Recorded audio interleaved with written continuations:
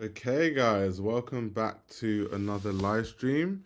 I'm keeping the consistency going. Let me just plug in my laptop so the whole stream doesn't shut down midway.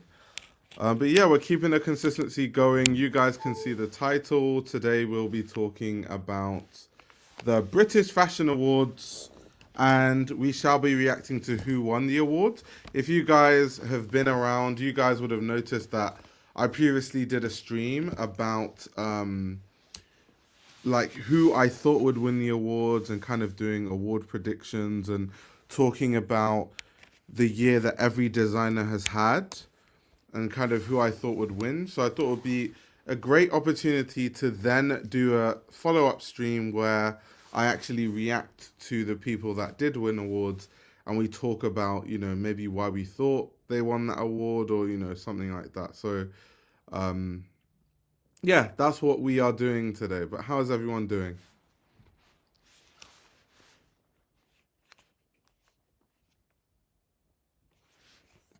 Yes, this is the Vivian Westwood jacket. I was actually out and I came back just in time for the stream, which is because you guys know I never the concept of dressing up for a stream to me is weird because this is my living room.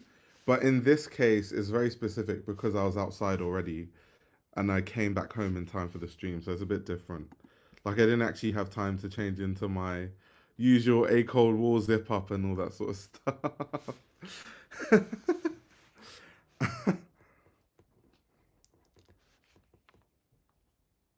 Hello, sincerely underscore Ujo. Thank you very much, Marcos. I appreciate it. Oh damn! First live, I am live watching. First live, I am live watching live. I mean, I stream at this point very consistently, so hopefully you are able to catch a few more live streams. Also, this is a crazy question to answer because that would require me to start remembering every single runway show that I liked this year, which is like, I'd have to think about that for a while.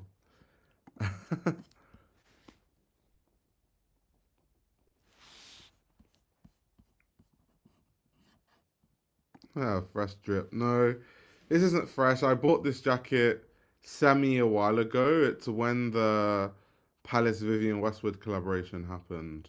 So it's not old. I definitely bought it this year, but it's not. I wouldn't consider it like a recent pickup.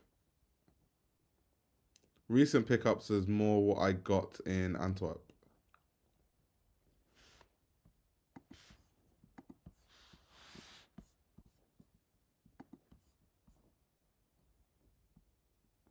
Wait, personally, Bianca Saunders Spring 25 look 7. That's so specific. I love that. And Luke is asking if I'm going to do a McQueen Spring Summer 15 review. Yes, I am. Let me actually see if I can show you something on my phone. Um, because I actually have a lineup of stuff like videos I want to make. I'm not sure if you guys can see that. Can you see it? But you should.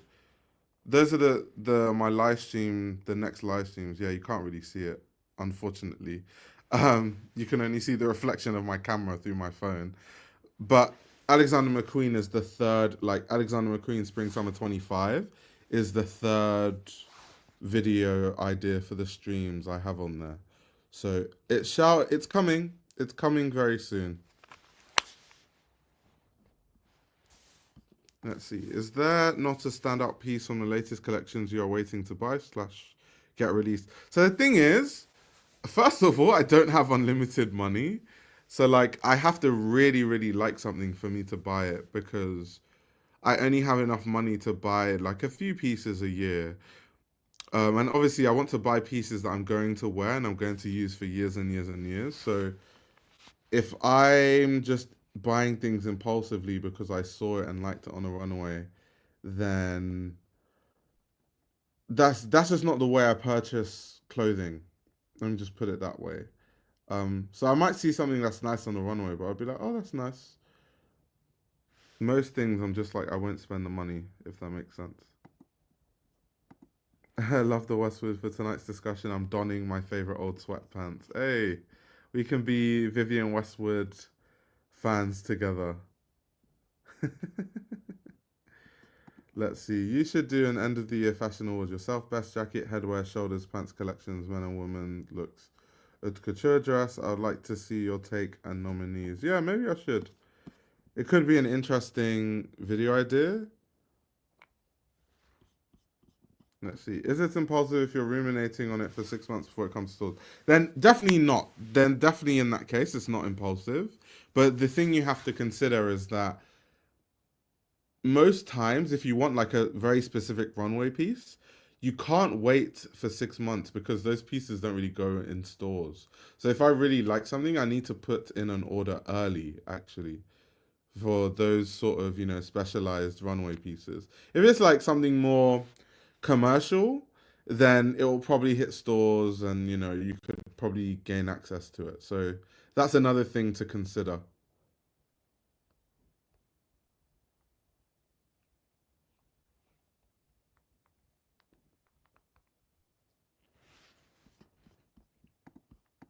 Do you ever think luxury will regain its luster or is it toast? I'm really not wanting to be forced to buy lower piano Brunello that spelling was almost confused my brain. Um Cucinelli.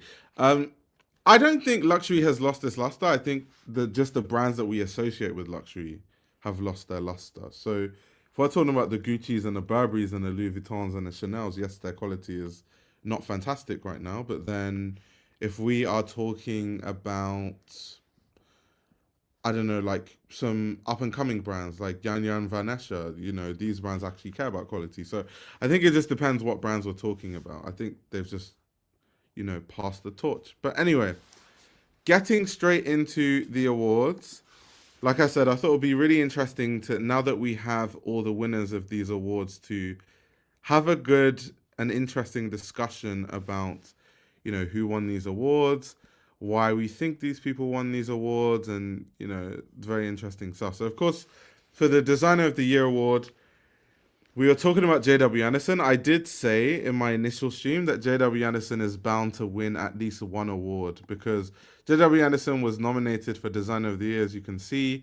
He was nominated for British Menswear Designer of the Year and for British Womenswear Designer of the Year. So I was like, yeah, there's no way he's not going to walk away with something. He ended up walking away with the main prize of them all, winning Designer of the Year.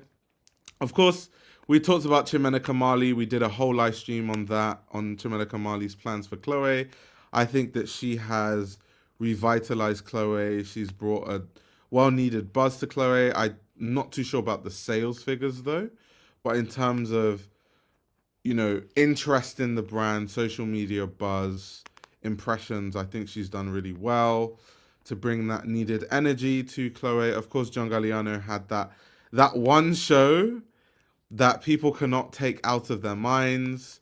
So it made sense for him to be nominated. When it came to Miuccia Prada, Miu Miu, I think, has been one of the brands that has really been leading the trends in fashion in recent times, especially this year. The same can be said for Pieter Mulier and Alaya. I mean, the Alaya ballet flat literally has fashion in the chokehold.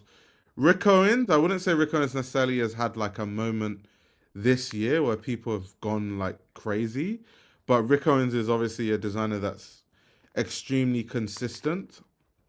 And so it's very interesting. Of course, JW Anderson ended up winning for JW Anderson and Loewe. And I think that when it comes to his work at Loewe, it's very interesting. I kind of see Loewe as a more refined version of his eponymous label, JW Anderson, where everything goes ultra artsy, like on steroids. It's quite insane, actually.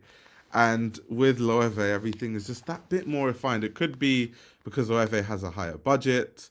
There are more resources with Loewe, so there's more stuff he can do to make his ideas at his eponymous label, more refined.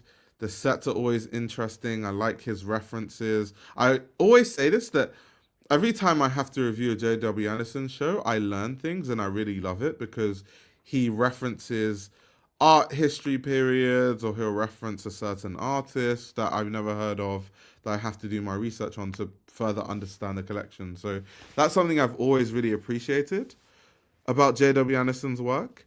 Um, so yeah, it was very interesting that he ended up winning. A lot of people thought that Miuccia Prada was, going to win. I think that was the general consensus when we did the live stream initially. And we thought that John Galliano just wouldn't win because controversy and all of that. And then JW Anderson ended up winning. Luke is having his typical I don't like JW Anderson comments. Some people are saying that JW Anderson is too wacky and unwearable. I mean, it definitely is wacky in a fun way. I do think it is wearable, though, when you look at what's actually sold on the website and what's in stores. Yes, a lot of the runaway pieces can be a bit crazy, but most of them don't get sold. And most of them aren't put on the website, if that makes sense. So yeah, that's the Designer of the Year award. Next, of course, we had the Model of the Year award, which I think was actually super, super controversial. And I think there's a lot to be said about it. Alex Consani ended up winning, which made her the first transgender woman to ever win the Model of the Year award, which is actually quite sensational and revolutionary.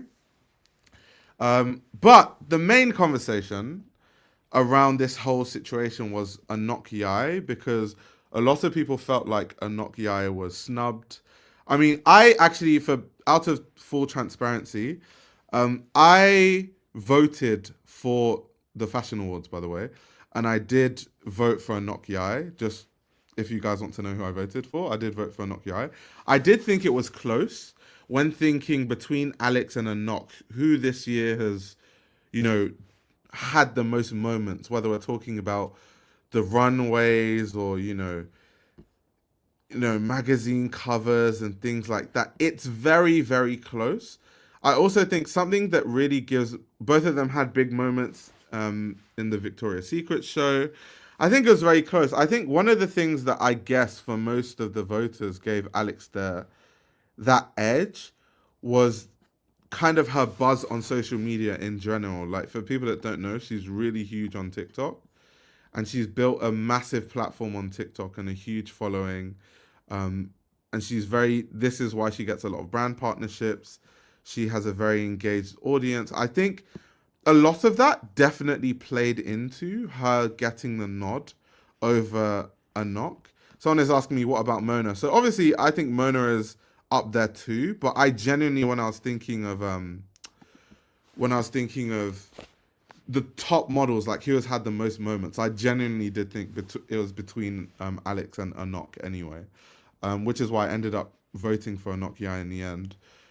But why there was a lot of controversy was because Anok Yai actually had a bit of things to say on Twitter, which she has now, I think she deactivated her Twitter, but when you're as famous as Anok Yai, whatever you say, it lives on the internet forever. Whether you disable your Twitter account or you delete your tweets after what you said. But when Maya has said exactly what I thought. I thought Anok should have actually won last year.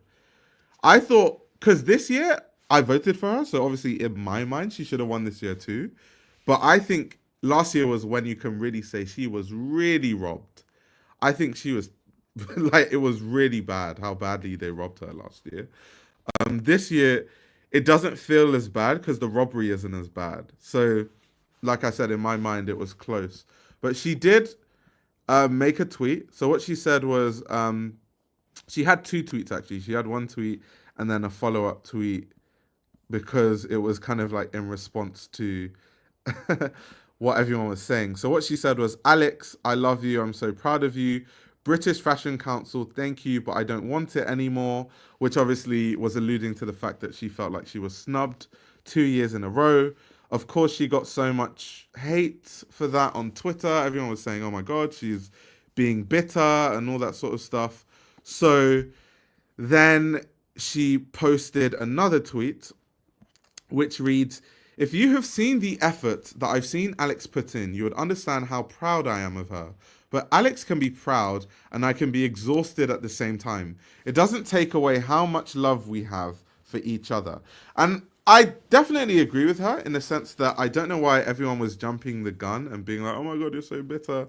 When, if you think about it, I genuinely think she deserved to win these awards. I mean, like I've told you, I personally voted for Anok Yai this year.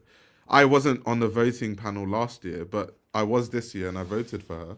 And yeah, I just think it's crazy that she's been snubbed twice, 2 years in a row, especially if we think of last year. Last year was a robbery. So I can imagine from her perspective, it's just a bit insane that, 2 years in a row where she's had standout years, she hasn't been able to win the award. And I can see where the frustration, comes from. There are obviously other people that had a lot to say.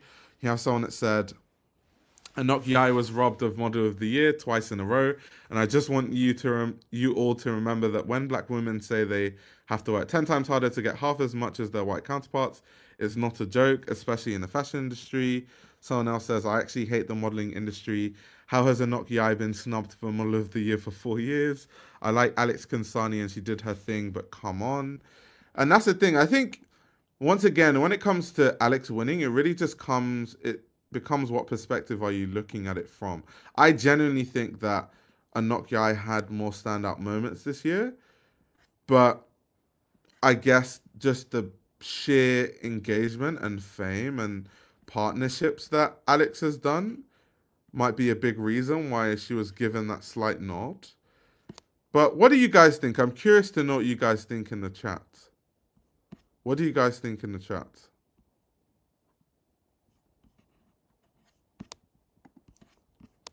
Curious to get your thoughts.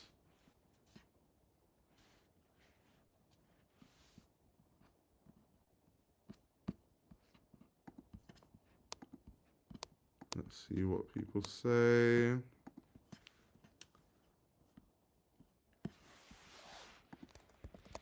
Come on, guys, don't be shy.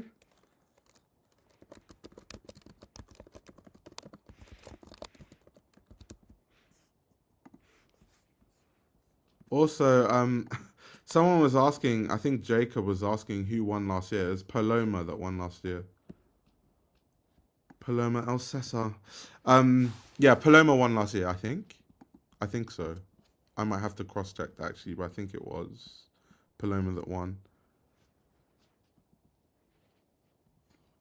Okay, Luke thinks Liu Wen should have won. I mean, Liu Wen had but better year than a knock though. I'm not too sure about that. Let's see. What would have ate? Is Alex not accepting it in honor of Anok's truth? Anok has had magical moments and has a captivating origin story in this industry, all while being honest and not put on. Yeah, I totally agree. I totally agree.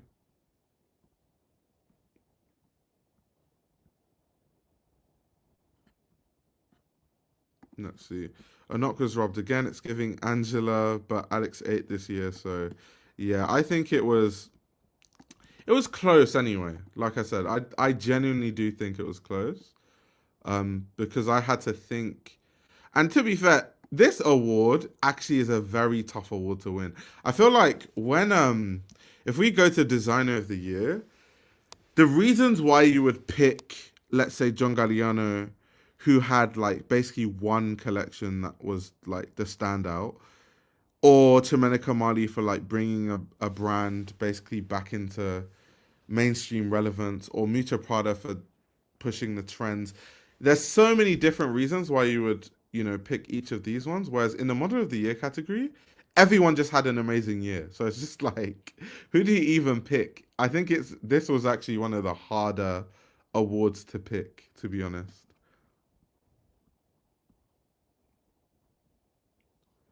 Luke said a knock is 100 times more beautiful than Alex for sure. I mean, first of all, that's ultra subjective. Like, beauty and whatever, attractiveness, whatever. But even outside of that, I think that being a model isn't about how attractive you are. I definitely think it was in the 80s and the 90s, but I think nowadays models don't get signed because they are beautiful. I think models get signed because they have an interesting look. So I think the rationale for models becoming big these days is a bit different than how it was before. I think definitely models before was more about having this mystic beauty and certain features and stuff. But I don't think modeling is like the modeling industry is like that anymore.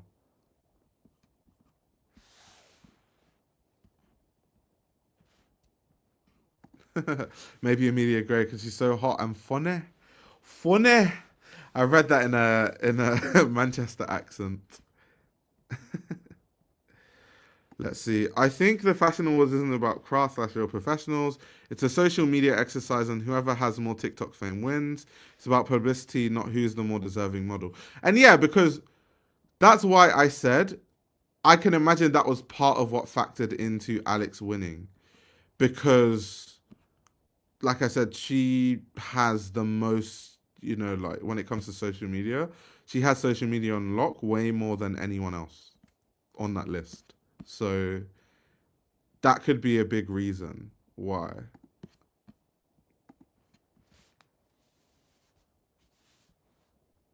Let's see.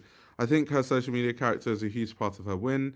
She definitely is riding the wave of the silly sort of trend in culture right now. Yeah. Also, something that shocked me is I recently, because I hadn't heard Alex speak until recently, and I need to do some research into where Alex grew up because the way Alex talks, I'm like, that's interesting. Forced or no?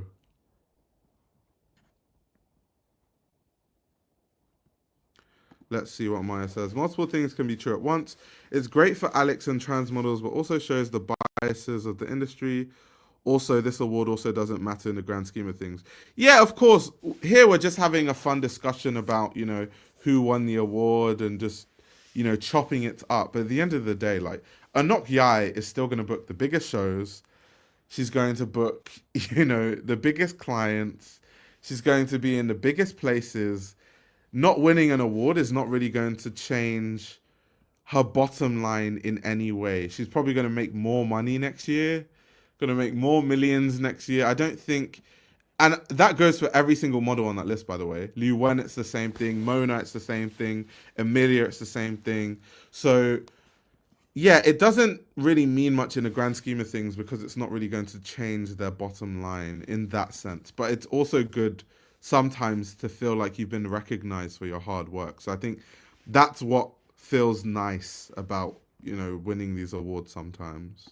It's just like to be recognized by the industry at large. But yeah, that's the whole conversation and drib drab about the Model of the Year award and the controversy that was around it.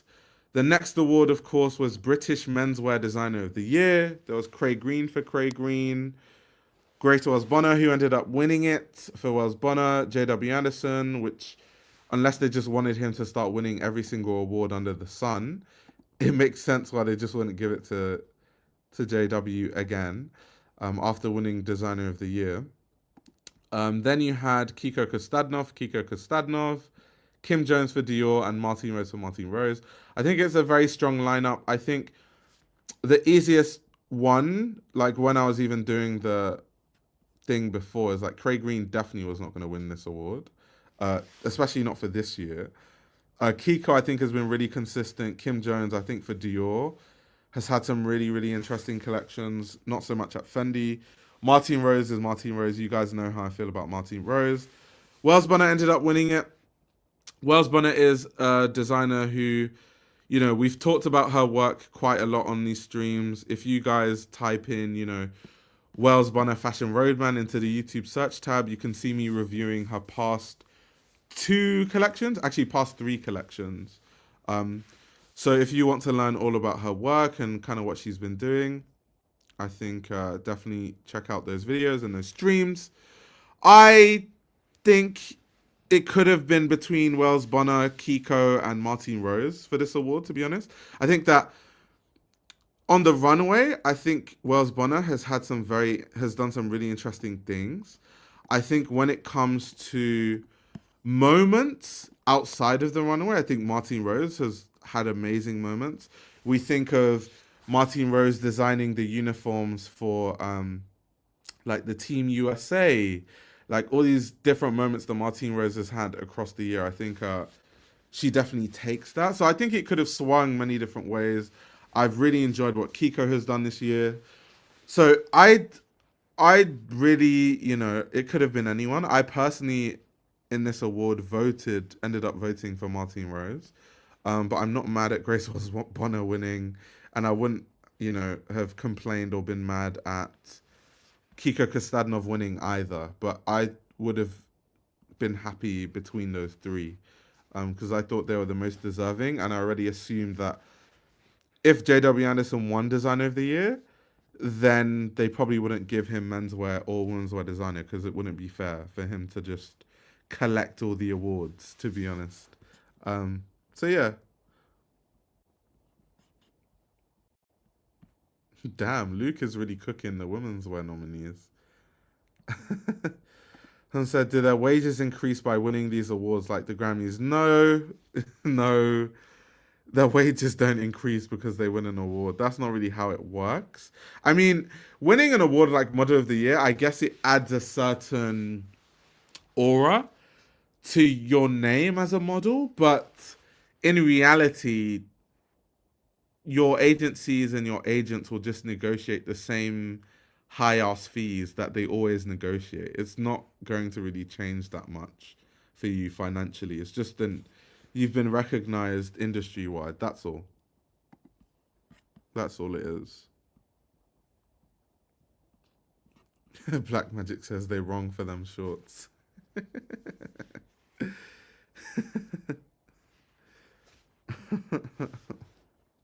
Yeah, Maya says it helps to have blank nominee/winner on your resume, but yeah. Yeah, I assume it would increase exposure, like more opportunities. The thing is, it doesn't really because like if you think about it, everyone that works in fashion knows who the fuck all these models are anyway. Like if you work in fashion, I can't see how it's physically possible for you not to know who Mona is or Liu Wen or Anok Yai or Amelia Gray or like these are people that are everywhere. Like you can't work in the fashion industry and see the same face on the campaigns of every major brand and on the covers of every major magazine and not eventually know who they are. So if we're talking about the companies that hire these models, they already know who they are. So I guess it can improve the exposure for day-to-day people, I guess. But in terms of clients, not really. I feel like the clients that they could potentially have already know who these models are because all of them are that famous already. But yeah, anyway, that was the case with the British Menswear Designer of the Year. Of course, the next one was British Womenswear Designer of the Year. Simone Rocha ended up winning it, which is very interesting. You have Roxanda, Maximilian Davis for Ferragamo, JW Anderson once again, and then you have Erdem, which I actually really love Erdem. So yeah, I've been a big fan of Erdem. I have been a fan of Ferragamo this year, specifically. I was telling someone the other day because someone asked me my opinion on Ferragamo and the stream I did yesterday, and I was like, oh, you need to follow me on Twitter because I talk about Maximilian Davis, Ferragamo all the time on Twitter. Simone Rocha, I mean, she's had some very interesting moments this year. She's had the Jean-Paul Gaultier couture collab. I was actually thinking, was that this year? It was actually 10 months ago. It was in January, I think. So that's actually quite crazy. That was this year. But so she's had her runway shows. She did the Jean-Paul Gaultier guest haute couture collection. I mean, she's had some really good output. Simone Rocha is very, very consistent. I love her work. I've reviewed some of her runway shows before. If you guys want to check that out. Very, very much inspired by her Irish heritage. And I love the way that she weaves that into this world building, and she has these signatures like the use of the pearls and all these different concepts. I'm a big fan of her work. Who should have won? In my opinion, I actually don't know. I don't know.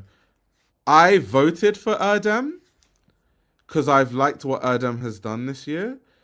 Um, I almost ended up voting for Maximilian Davis, but either way, it could have been any one of them. And I think Simone Rocha, if you look at the lineup, I mean, yeah, she won. I don't think that there's anything wrong with her winning based on that lineup, considering that obviously JW Anderson, they wouldn't give it to him. Luke going crazy in the chat. We love you, Luke. Luke provides balance to the chat.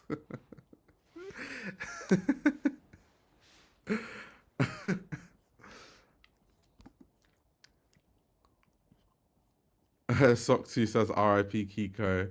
Better luck next year. Once again, the people that love Kiko love Kiko. I don't think any award is going to change that. I mean, I'm a big fan of Kiko Kostadnov and his work. So sometimes I think these awards, like, it's cool to win it, but it doesn't really matter. Obviously, we are just talking about it because it's a fun thing to talk about. And it's fun content for me, but in the grand scheme of things, I don't think any of these awards matter that much, to be honest. Who remembers when what was it, Kylie Jenner? She won some like Wall Street Journal, what was it? Some Fashion Innovator Award, which was hilarious because she won the award on the basis of her horrible fashion brand, and the fashion brand had barely even launched when she won the award. So sometimes these awards, it's not even about, there's not much merit to it. It's just like a PR kind of process for a lot of brands. It's like when they want to push someone or push someone's into the front of fashion, there's like a collective push to make someone win an award. Soxy says Kiko doing strong commercially this year. Hopefully he will use those funds to push out more next year. Didn't Kiko Kostadnov, Sock too, because you would probably know because I know you're a Kiko fan. Didn't Kiko Kostadnov open a store not too long ago? So it seems like the brand is doing really, really well. They have a crazy market in Asia, especially Korea and Japan. Like in Korea and Japan, a lot of people buy Kiko Kostadnov. So, you know, they'll be fine. Okay, yeah, people at 2 stores now, LA and Tokyo. Okay, yeah, he opened a store in LA. Okay, there we go. So yeah, Kiko's doing well. I'm sure Kiko Kostadnov is completely fine. You know what I mean? The next award was New Establishment Menswear.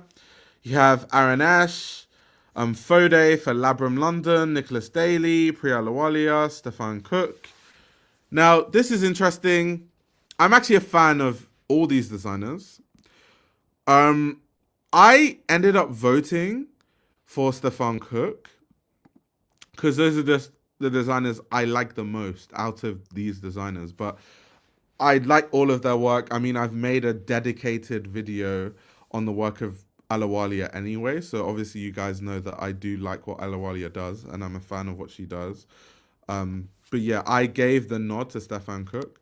So I think this is another one of those awards that could have swung anyway. I think they've all kind of had the same level of years between Stefan Cook, Nicholas Daly, Alawalia, Labram, Aranesh. So it could have swung anyway, to be honest. This was another one of those awards that it could have really gone it could have gone anywhere. Could have gone in any direction. But yeah, I'm a big fan of Alawalia and congratulations to her for winning the award. Let's see. Clean says, I feel like Simone Rocha's motifs and footwear especially had a huge influence in trends in the past year or two when it comes to the sporty ballet thing. I don't know. Yeah. And I also feel like there's even like the ballet core stuff and then also this kind of ditzy, really, really feminine look that a lot of women are going for on TikTok right now. A lot of that is just that those are part of Simone Rocha's signatures, right? Hair clips with pearls in your hair, like the really girly shoes with pearls on them and like rhinestones and stuff. That's a very Simone Rocha thing. Those are her signatures anyway.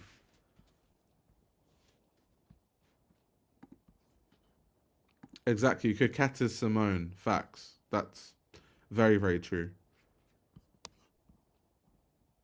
Very, very true.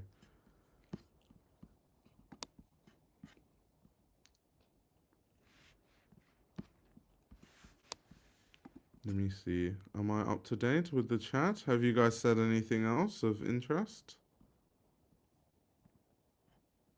Wait, oh, Jesus, I forgot about that. Thanks for reminding me about the Kylie thing. I need to amnesia myself once again.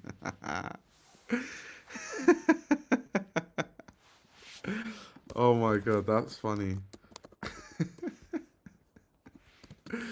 Yeah, because some of these awards, like, how can you, with the PR, those guys, they really didn't even try because these people really gave Kylie Jenner an award when her brand had been. I think actually at the time that she won it, her brand hadn't even launched yet. How can you win an award for being an innovator of a brand that hasn't launched? In what world does that make any sense? Like, can someone explain to me in what world that makes any, like, even an ounce of sense?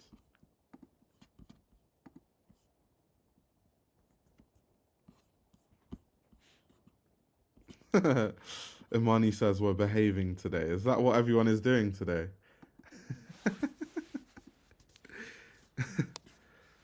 Some people have amazing PR because the devil works hard, but her mum. True. Very, very true. Shout out to Chris.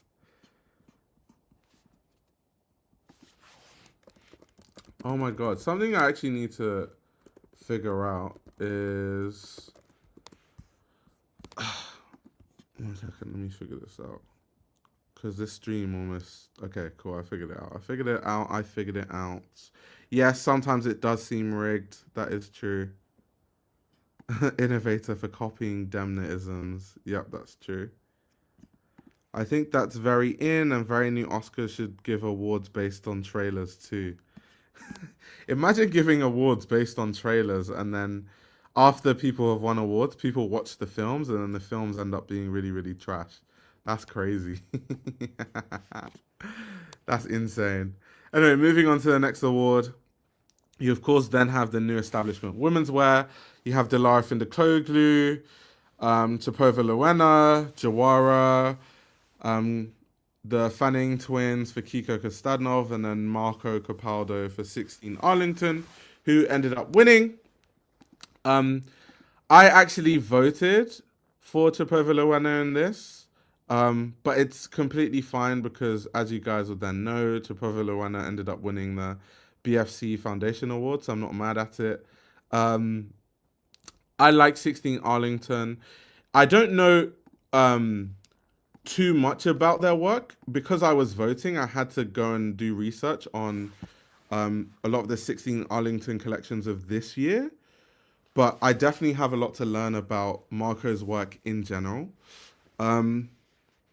So, yeah, I don't... In terms of influence, though, I don't think you can say that 16 Arlington has had the level of influence as, let's say, like the Fanning twins, what they've been doing at Kiko Kostadnov or Topova Luena. But I think when it came to the jury, people just, preferred aesthetically what they've done. Sokti said Fanning should have won. Yeah.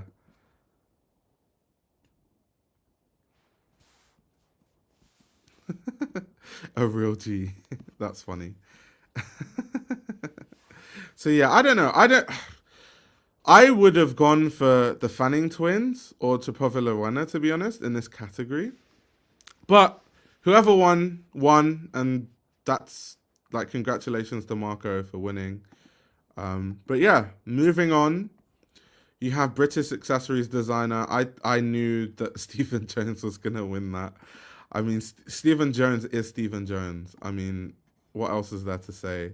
Stephen Jones damn near does millinery for every single brand.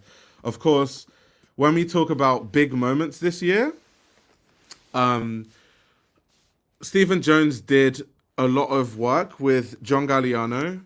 He worked on some of the hats in that famous John Galliano collection, as well as, working on the millinery for a number of other brands throughout the year. So, I mean, Stephen Jones definitely deserves everything that comes his way. I mean, Stephen Jones is so influential in fashion. I've actually interviewed him on the channel. I did a vlog at Dover Street Market one time, and he was there, and I did a quick interview with him. But it's a really old video. I can't even remember what it's called. But really nice guy. I've met him in person a few times. Amazing human being, ultra talented. That I just can't even. That there's not enough things I can say about how amazing Stephen Jones is, to be honest. So completely and utterly deserved. Someone is asking me about the speech. Let me see if I can find the video.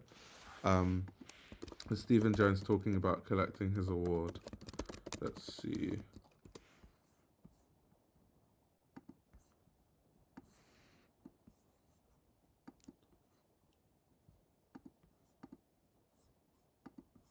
We can go on the official thing. Let's just skip to when he speaks, just in case they have some strange music.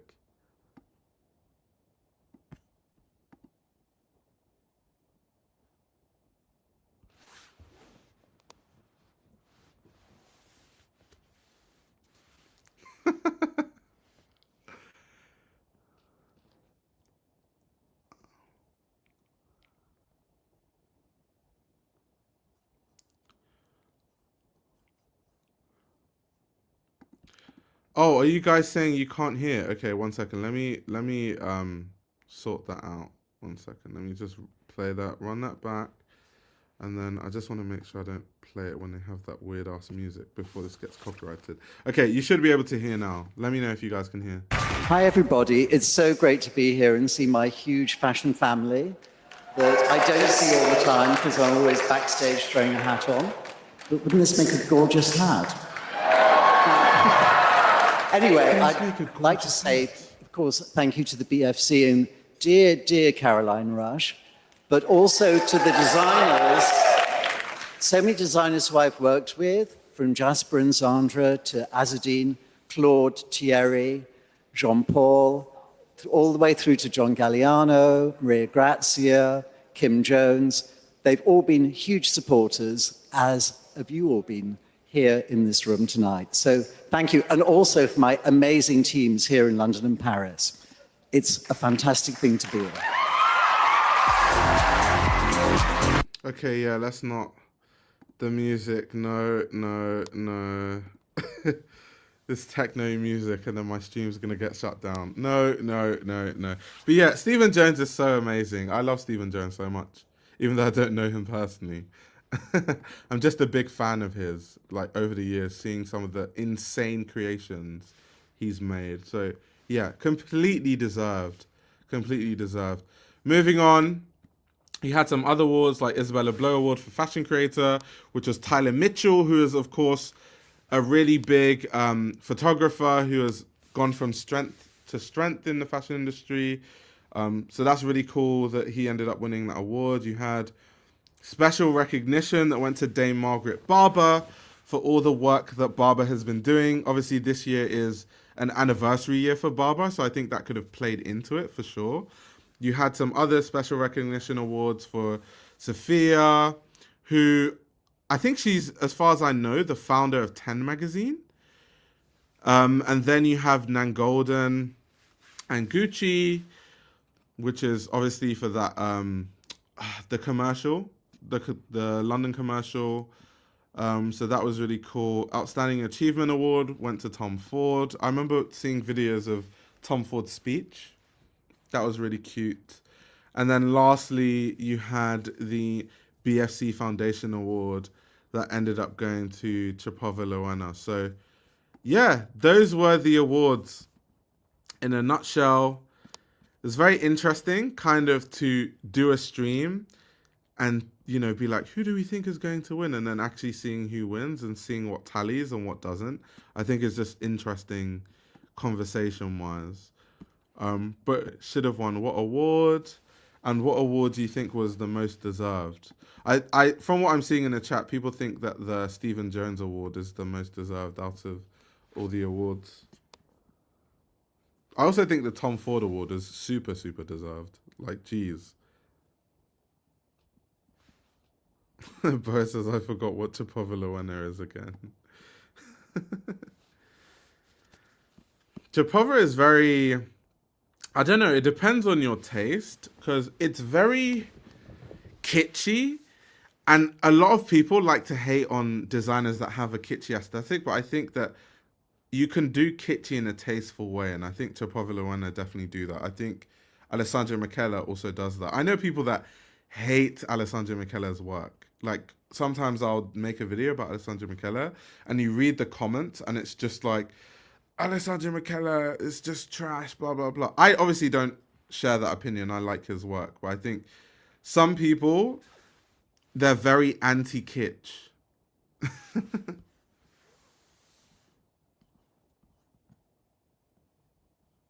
Let's see. Just for the number of British designers who came up from his studios, Tom Ford really deserved that. Yeah. Yeah, definitely.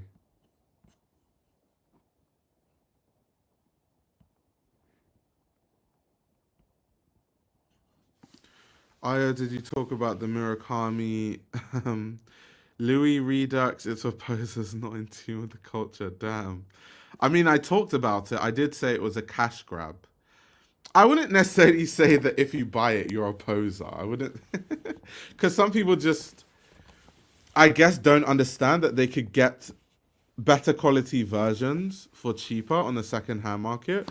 Or maybe, you know, some rich people just don't want anything second-hand and they weren't into fashion, or they didn't have the buying power to, you know, buy these things pre-2015 when Louis Vuitton themselves used to sell the collab, right? So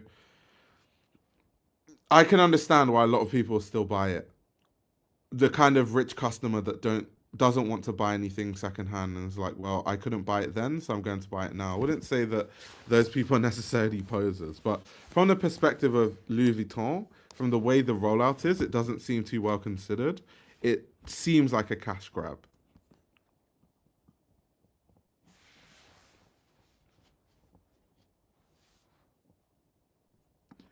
Wait, y'all remember when Finn said you can tell who's an editorial girly and an in-stores girly? Never looked at fashion the same way since. Yeah, I remember that. Shout out to Finn. Finn with the quotables.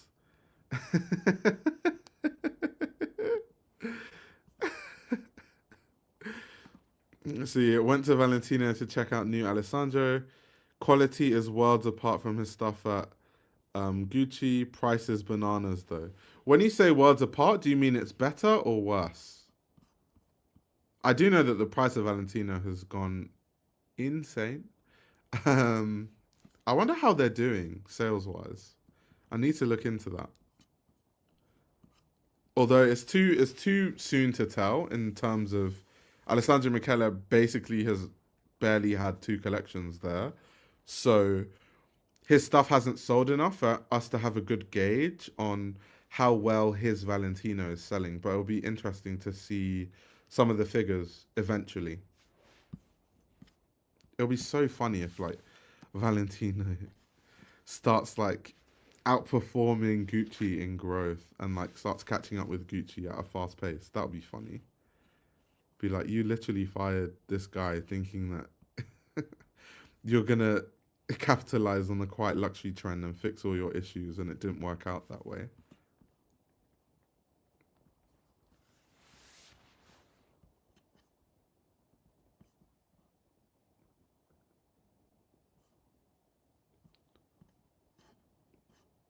Wait, what is going on in the chat? 1 second. Wait, basically to prevent random such people not using the establishment from using obviously I don't even know what you guys are talking about. Literally, completely lost. The Murakami Petite Mal is great though. The collection is worth it on NG Designs. Yeah. I need to because I know that since obviously I did my thing, there were like leaked images. Let me see if I can find some of those leaked images and put them on the screen for you guys. Let's see.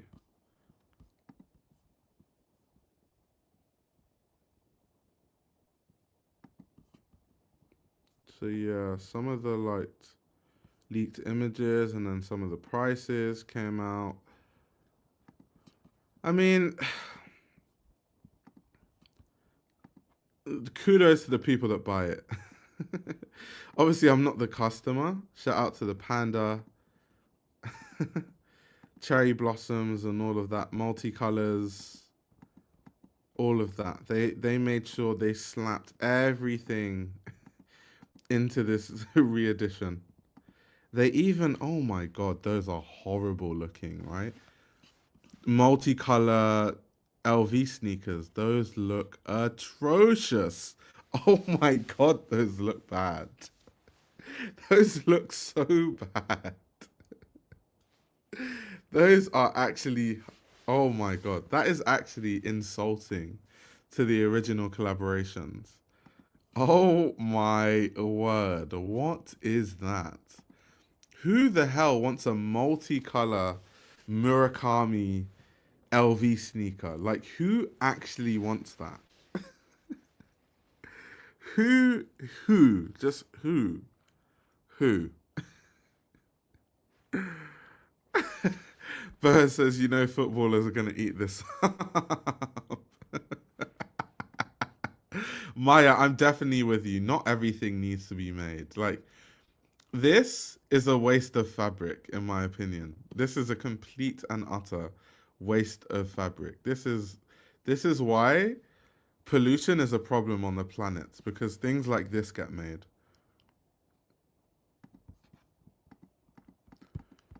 But I saw there were more leaked images than this, though.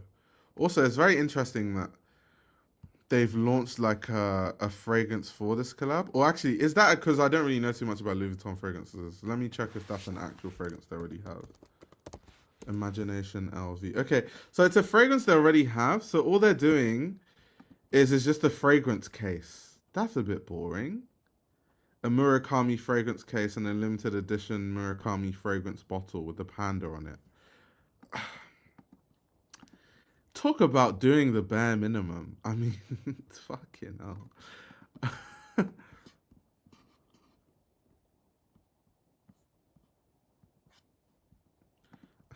Damn, Boaz is going in. Imagine being the cow that is made into LV Murakami dog collar. Damn. Someone leaked it because they thought they could prevent it from releasing if it gets public backlash.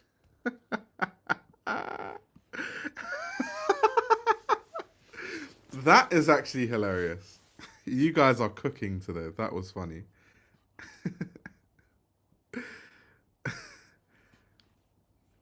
The Gordon Ramsay of fashion. I feel like I'm already the Gordon Ramsay of fashion in the sense that I genuinely think so few people in fashion these days critique luxury brands.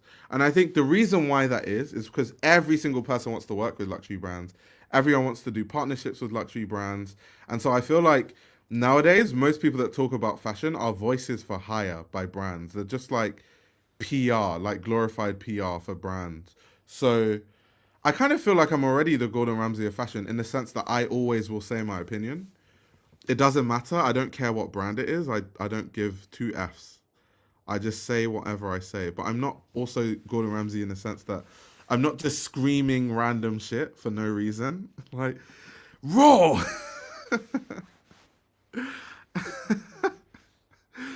I feel like we actually, we're considered on these streams, but in the sense that I say whatever, I critique these brands constantly. I think that's very rare in fashion these days. Like, you guys have to think how many people you see online that actually critique brands all the time. Like, I don't know too many people online that do that because, once again, all of them want to like, oh my god, like partnership with Gucci.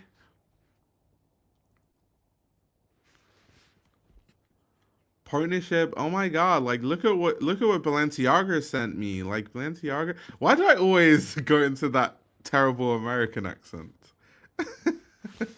Look at what I got sent by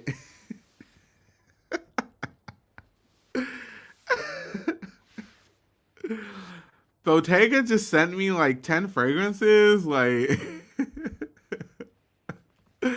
oh my god, that's funny. But anyway, so the reason, full transparency, the reason why I'm able to do this is one, because I do work behind the scenes, and then also because of the Patreons. Because basically, Patreons help me be able to like not have to rely on working with brands, and therefore I can always keep my, what's the word, independent voice, if that makes sense. Like I can always just speak my mind and not be like, oh my god, like, what if this brand doesn't send me a bag next season?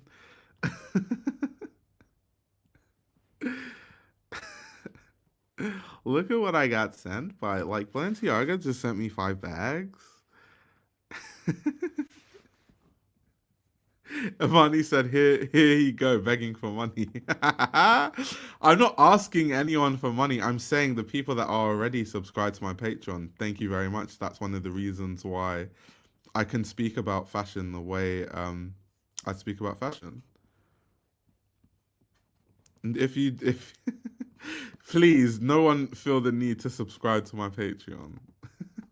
Especially because at the moment, because I've been in the middle of so many things, I haven't been that consistent on Patreon, even though I do have like I can actually show you actually. I have a content plan for Patreon now because I need to actually get on top of it. So kind of similar to the streams. I'm not sure if you guys can see that, but that's my content plan for Patreon. No, you guys can't see it.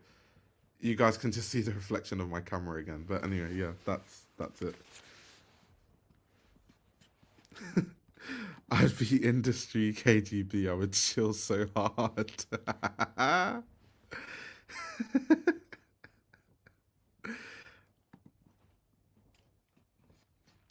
When I see shit like this, I understand why Luke is so harsh. I mean, I don't always agree with Luke, but I mean, stuff like this need not be produced. Need not be produced. Need not be produced. Need not be, like, need not be produced. Need not be produced. Are people really that, like, I don't even want to be mean, because I mean, like, buy whatever you want to buy. But this kind of thing where you literally buy like a Louis Vuitton like wraparound to put around your coffee cup, nothing screams brand whore more than a piece like that. Like, my gosh, that is actually crazy. And I know that that shit is gonna sell out. I already know. You're gonna see girls in LA like, they're gonna have their Erewhon cups, and then they're gonna have the LV Murakami strap around the Erewhon cups. You wait, just watch. Wait for the Instagrams and the TikToks about it. You just wait.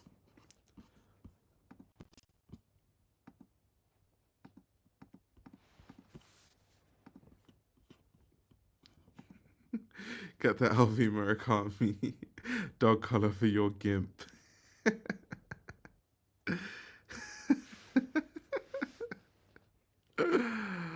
Oh my god, that's funny. It's always LV2, always OMG the TikToks. No. Yeah, definitely. I like the bags. Like I said, I think all the bags are valid, because if so a lot of the consumers for these things are rich people, and if you think, you know, some rich people might just not want to buy things secondhand. And like I said earlier, if they weren't around or they didn't have access to these things the first go around, pre 2015, before the collaboration was ceased, you know, they'll be like, oh, this is my chance to buy some new like LV Murakami. So the bags, I'm indifferent about that, to be honest. I just think that when it came to the rollout, especially because it's an anniversary year, I think they could have done a lot more with the rollout of it. I think it almost seemed a bit rushed, almost like the marketing and the rollout was an afterthought. So that's definitely how it feels when you look at all of the stuff. But I'm indifferent about the bags itself. I don't necessarily think it's good or bad. I think it's just like, it's their IP. They can do whatever they want with their IP. It's Louis Vuitton. but I just think like some of the products they've made, they're watering down the collab. Like they're messing up the aura. Like that collaboration had aura. The collaboration won't have aura when you start seeing like sandals like this and sneakers like this. Like sneakers like this will take away the aura of the Murakami collab because it's supposed to be one of the most iconic collabs in Louis Vuitton's history, right?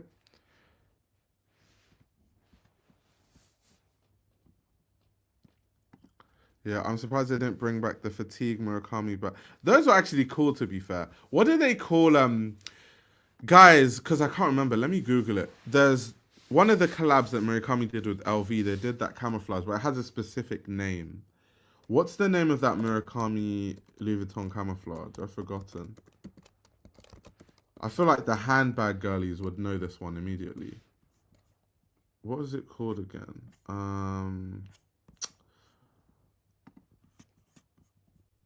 Yeah, monogramouflage. There we go. There we go. There we go. There we go. There we go.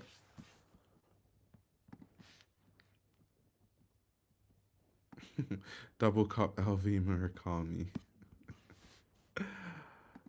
Let me go on their LV's Instagram page and see if they've updated it and added more stuff there. Let's see what Louis Vuitton is up to. And also, by the way, you guys, do you know what's funny about me critiquing brands? Because when I critique brands, I don't just say like, you know, that's terrible and then leave it there. Like even this whole rollout that I'm saying is bad. We did a whole live stream where I talked about why the rollout was bad and I gave ideas on what they could have done instead. So it's not just like blind hate, and some brands recognize that, which is why despite me critiquing brands so much, I still work with a few brands and they understand. Like I always tell them, because I don't want them to get the wrong message. I don't want them to think that because I'm working with them, all of a sudden I'm going to stop critiquing them. So I always tell them before they even hire me, like, just because we're working together, I'm not going to change the way I talk about the brand. And they're like, yeah, that's okay. Like, we actually appreciate the way you talk about fashion. That's why we want to work with you. I'm like, okay. Or the gay. Or the gay. Okay, they've got some more images.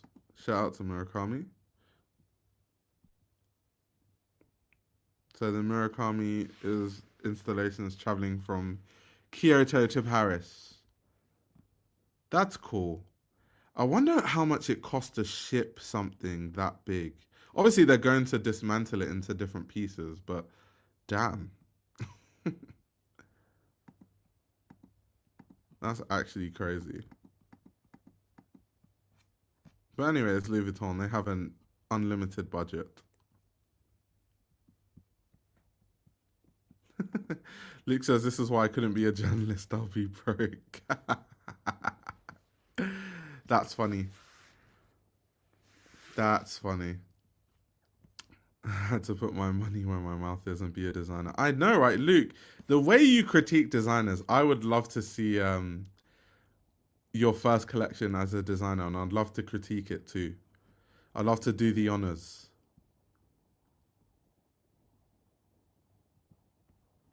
Let's see. Do they ever say that and start acting funny when you say something critical? No names. So the thing about brands is, if they don't like you, they just won't reach out to you. Like, I've never in my life, a day in my life, had communication with Balenciaga. And it makes sense because I'm so critical about Balenciaga, right? Even though like I say positive and negative things every single stream, even when I critique them now, within the critiques, I'll say a lot of positive things because I think nothing is a vacuum.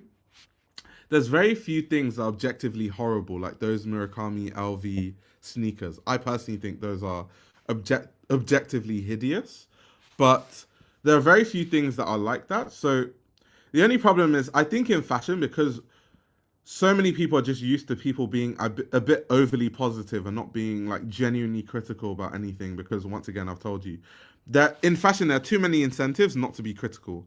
The magazines are paid by these brands, so of course they can't be critical. So forget about the magazines. A lot of the content creators and journalists, they don't want to be critical because they want to work with these brands in the future and they want to be invited to the shows and they really care about stuff like that. Whereas I don't really care. So if I don't get invited to the shows, or a brand stops communicating with me, that's completely fine. Like, fair enough. I said something critical about your brand, but I think a lot of brands take being critical as being negative, which that's not what I'm doing. My intention is not to just be negative about fashion. That's not the point. My intention is to have a bit more nuanced conversations about fashion, and to dig through the holes and not just do what we see online where it's like, oh my god, everything's amazing. Like, so that's why sometimes it can come across like I'm being negative, even when I'm not, even when I'm being really balanced. Because some people comment it, they're like, why are you always negative? And I'm like, always negative? I'm literally saying positive and negative things all the time. I think that's what happens when you're so used to hearing like fake positivity all the time, because everyone wants to work with these brands and everyone's paid by these brands, that when someone brings balance, it sounds just overly negative. So yeah, when it comes to brands, if they don't like something you say, they just won't speak to you. You'll end up not existing to them. You'll just be on their blacklist. That's kind of how it works.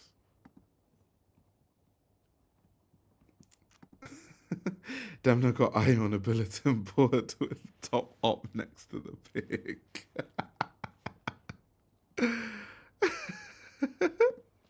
Demna in his office calling you a fragile op. That's funny. I don't find you negative, but you don't mince words when something is really bad, like outrageous prices for poor-made products. Yeah, exactly. And I mean, if fashion brands have an issue with me exposing that their quality is bad, that says more about them than it says about me. Because at that price point, the quality of your garments shouldn't be bad, especially when we like not getting into it, but they have economies of scale anyway. There's just absolutely no excuse. So if that's why they have an issue with me, that is honestly their business.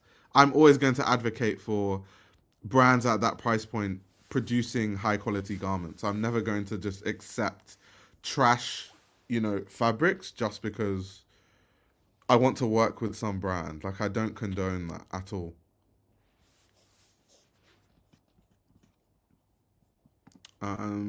No, you're not negative at all, especially coming from other spaces like political commentary. You sound mega respectful, if anything. Oh my god, political commentary is insane. I know what you mean. I know exactly what you mean.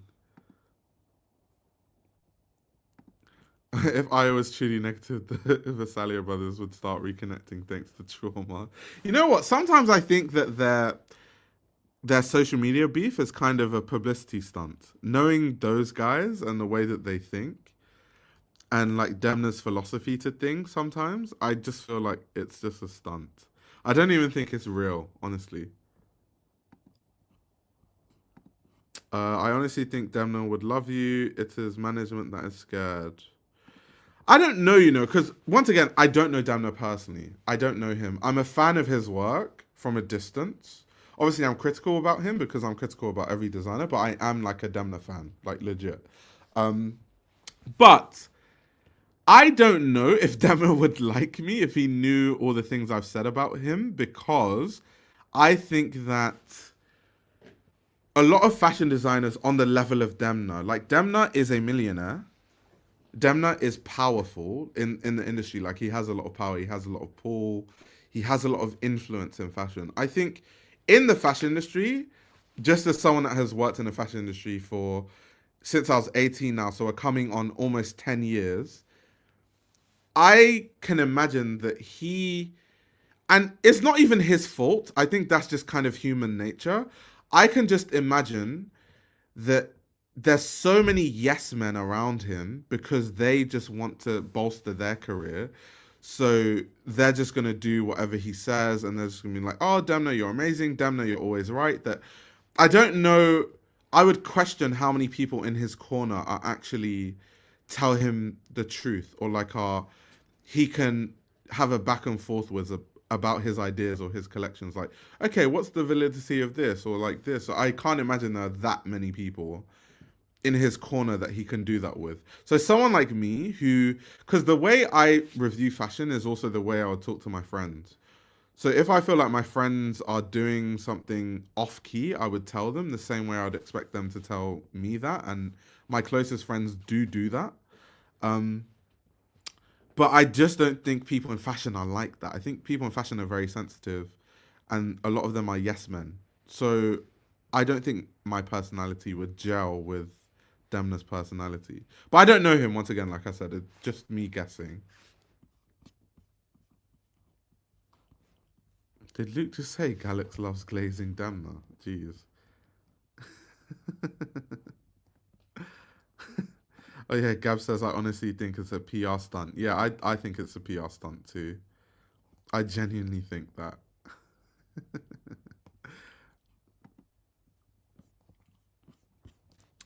But yeah, guys, anyway, those are my thoughts on the fashion awards. I can answer a few questions and then I shall be taking my leave.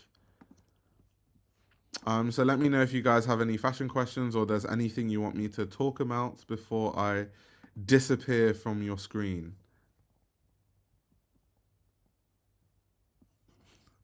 Boa said, I know when Aya is laughing, he's looking at the comments he can't show on stream. I mean, the thing about the internet is, a great thing about the internet is freedom of speech. Like, you can say whatever you want.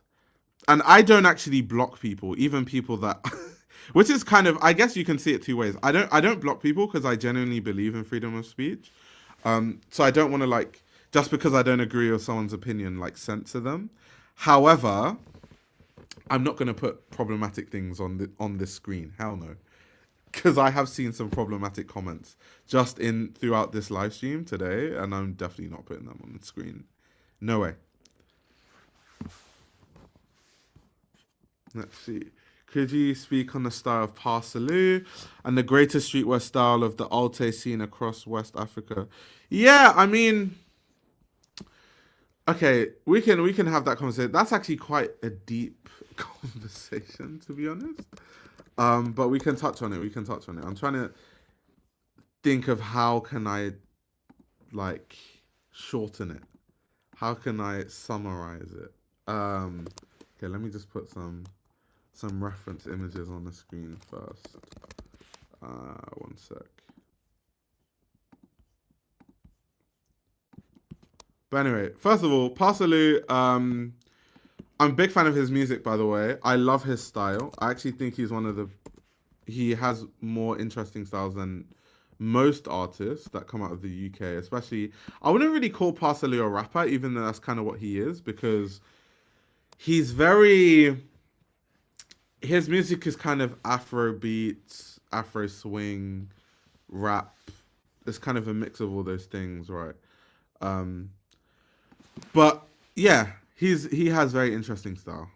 He's always had a really interesting style, and he calls himself like the African rebel. And he kind of dresses. Sometimes some of his outfits kind of have this like military, like African military inspired look, which I find really interesting. But yeah, he has really cool style. A lot of artists in the UK, I think, have good style. Like Parsaloo, Little Sims, I think they dress really well. But yeah, it's all kind of part of this like budding, I guess, alter scene in West Africa, which was brought to, the mainstream by the Nigerian alternative kids. I have a lot to say about the Nigerian alternative kids. I feel like every time we talk about that, I kind of have to be critical of it because it's true. Because the people that are associated with the alternative scene, I personally don't find them that alternative. Because in Nigeria, when you think of, okay, let me show you guys a music video. I'll just show you guys a music video right now. Okay. So there's this music video is this song by Odunsi the Engine, Zamir, and it's called Alter Cruise. Santi is also in it. And this is kind of like the alternative Nigerian anthem type thing. But my issue with the alternative scene in Nigeria, which is very unlike an alternative scene anywhere else in the world, is that in the UK, alternative scenes are normally working class, because it's normally working class people, that have to fight for their position in society to be accepted in society. Whereas in Nigeria, it's kind of different. Most of the alternative kids are rich kids. Like alternative kids that are known. They're like really, really rich kids. They go to like private schools, like private boarding schools. They all went to university in the UK and in America and in Toronto. Like these are really, really rich Nigerian kids. So I just don't find them the alternative because in Nigeria, right, it's literally a crime to be gay and it's a crime to be like alternative in many respects. And the people I find really alternative are the people who literally their life is at risk for being alternative and they still do it because that is what they believe in to the core of their being, right? Those are the real alternatives in Nigeria to me. These kids, they are rich kids. Their dads run the government, so they can be alternative all they want. The police are not going to arrest them. Nothing's going to happen to them, and they know that. So they can just do whatever, and they don't care because they can just get away with it. So an alternative scene coming from the rich kids in West Africa, to me, I just don't find them that alternative. I really don't think they're that alternative. Honestly, even though they think they are, personally, I don't think they're that alternative. So yeah, that's my critique for the alternative scene in Nigeria. I find it really strange. It's really, really strange. And what did you when you say it? I think it makes sense when globally it's normal for people to assume black people, especially those from the African continent, so being rich and African maybe seems countercultural. Not that I agree. Yeah, I guess that's kind of true because I guess also a lot of people do struggle with the idea that there are like super rich African people.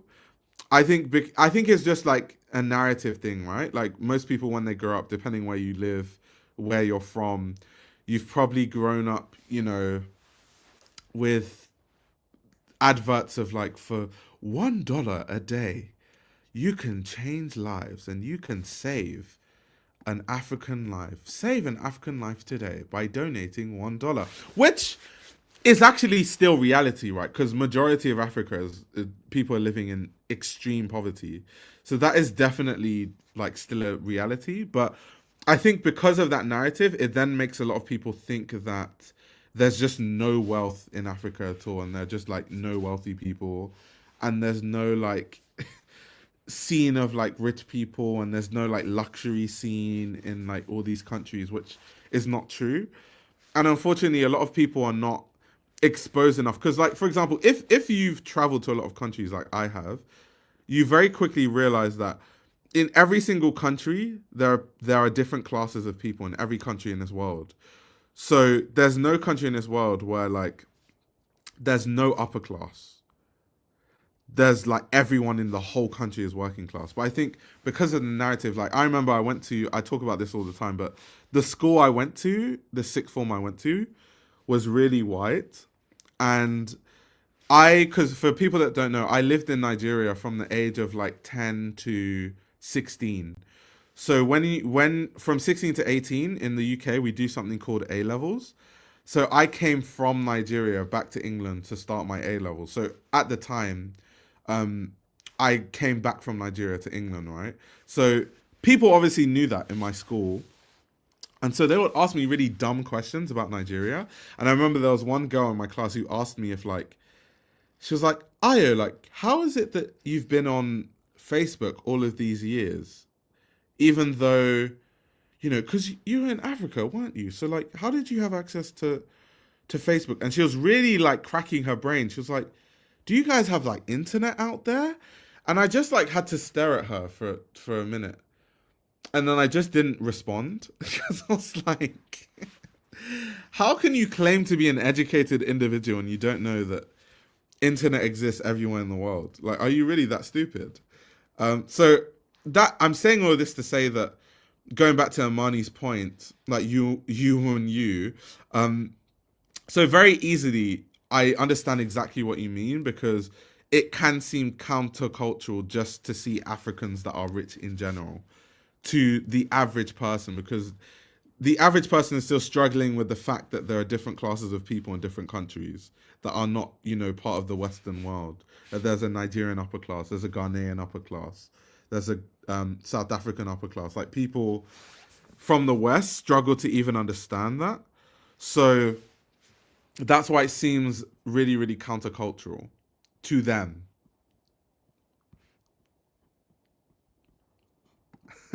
I would have told that girl to look it up since you got internet.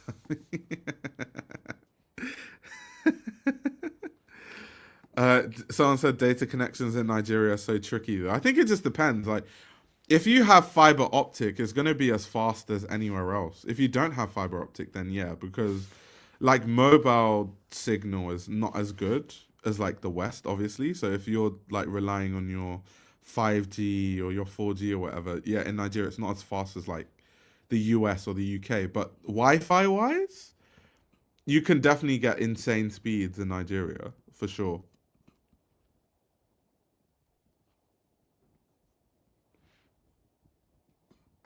Let's say I feel like Parsalu's take at Alta is very interesting as he's the first West African rapper to use Nollywood style color palettes and CGI in his music video for Betty. Yeah, yeah, yeah. I love the music video for Betty, by the way. Um, so yeah, I totally agree with that. Yeah, I really love Parsalu's style. Like I think it's really, really interesting. Let me see if I can Parsalu style. See what comes up if I Google it.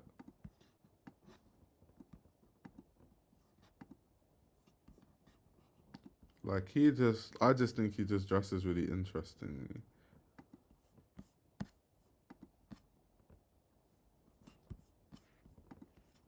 But you guys are cultured. I didn't know that you guys would know who Parsalu is.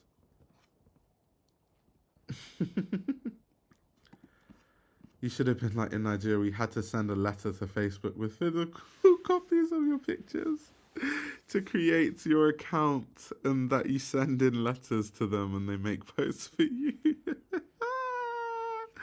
you know what's funny? I did actually. I was messing about because obviously people used to say so much dumb shit about Africa.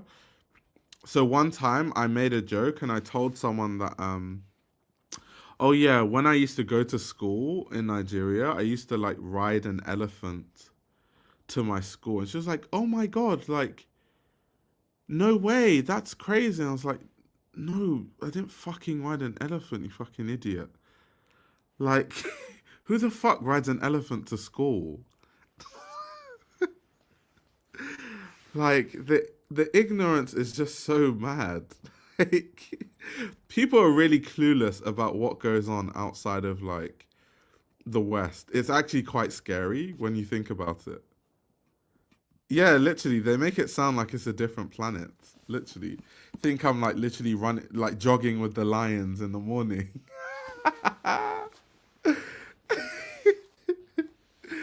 Jogging with the lions to school. I said hello to the cheetahs on the way back to my house.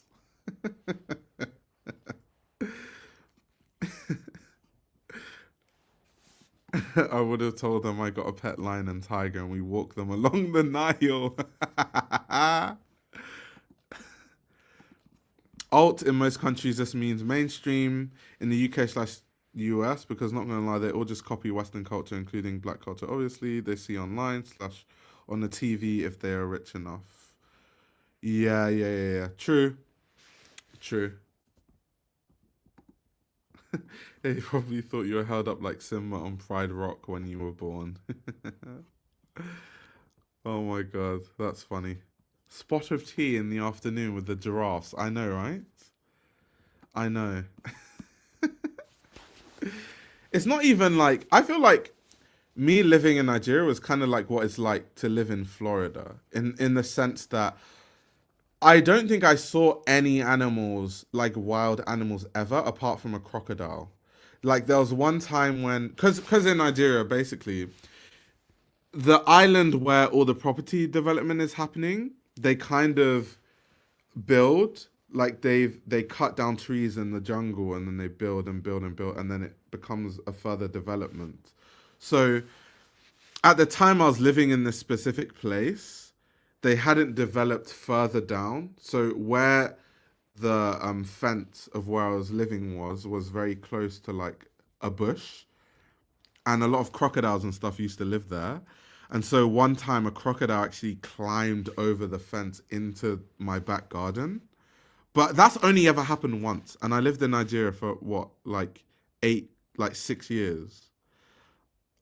That literally only happened once. But that is also what made me respect animals more. Because I thought that crocodiles were slow. I used to think crocodiles were like slow at running because of how they look. And I used to think they couldn't jump. And I used to think they couldn't climb. And then when I lived in Nigeria, I was like, oh, you cannot underestimate crocodile. They jump, they climb, they run fast. I was like, damn. Yes, crocodiles can climb. Yes, they can climb. So that's why I said it's like living in Florida. We don't even have, because in Nigeria there are poisonous snakes.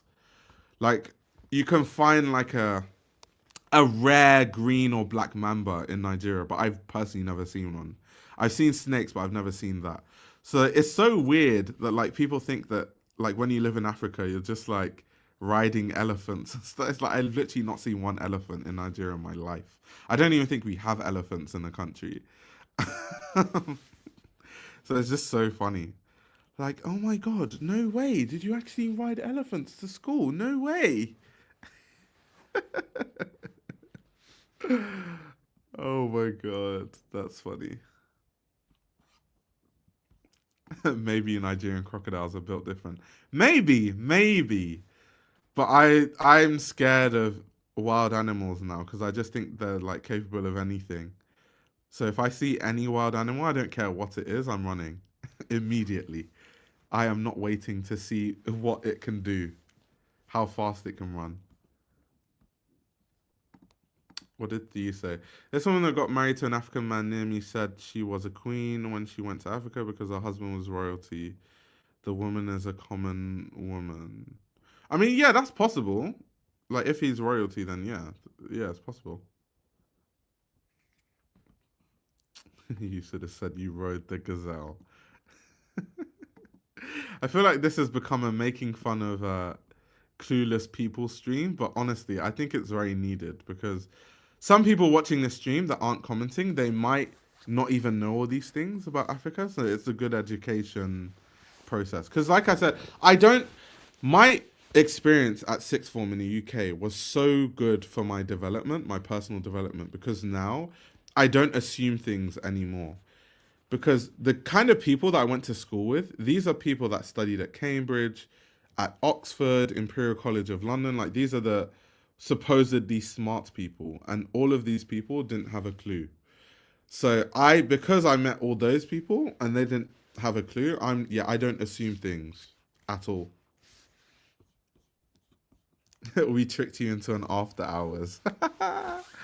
Don't worry, I was looking at the clock. I was saying that I'm definitely not going to do more than a 2-hour stream. But yes, you did half trick me into an after hours. Luke said Cambridge people can be clueless sometimes. I mean, you would know because you went to Cambridge. Tell us how clueless some people that go to Cambridge are, Luke. I feel like you have more experience than all of us in terms of Cambridge. Okay, Luke said more so tone deaf.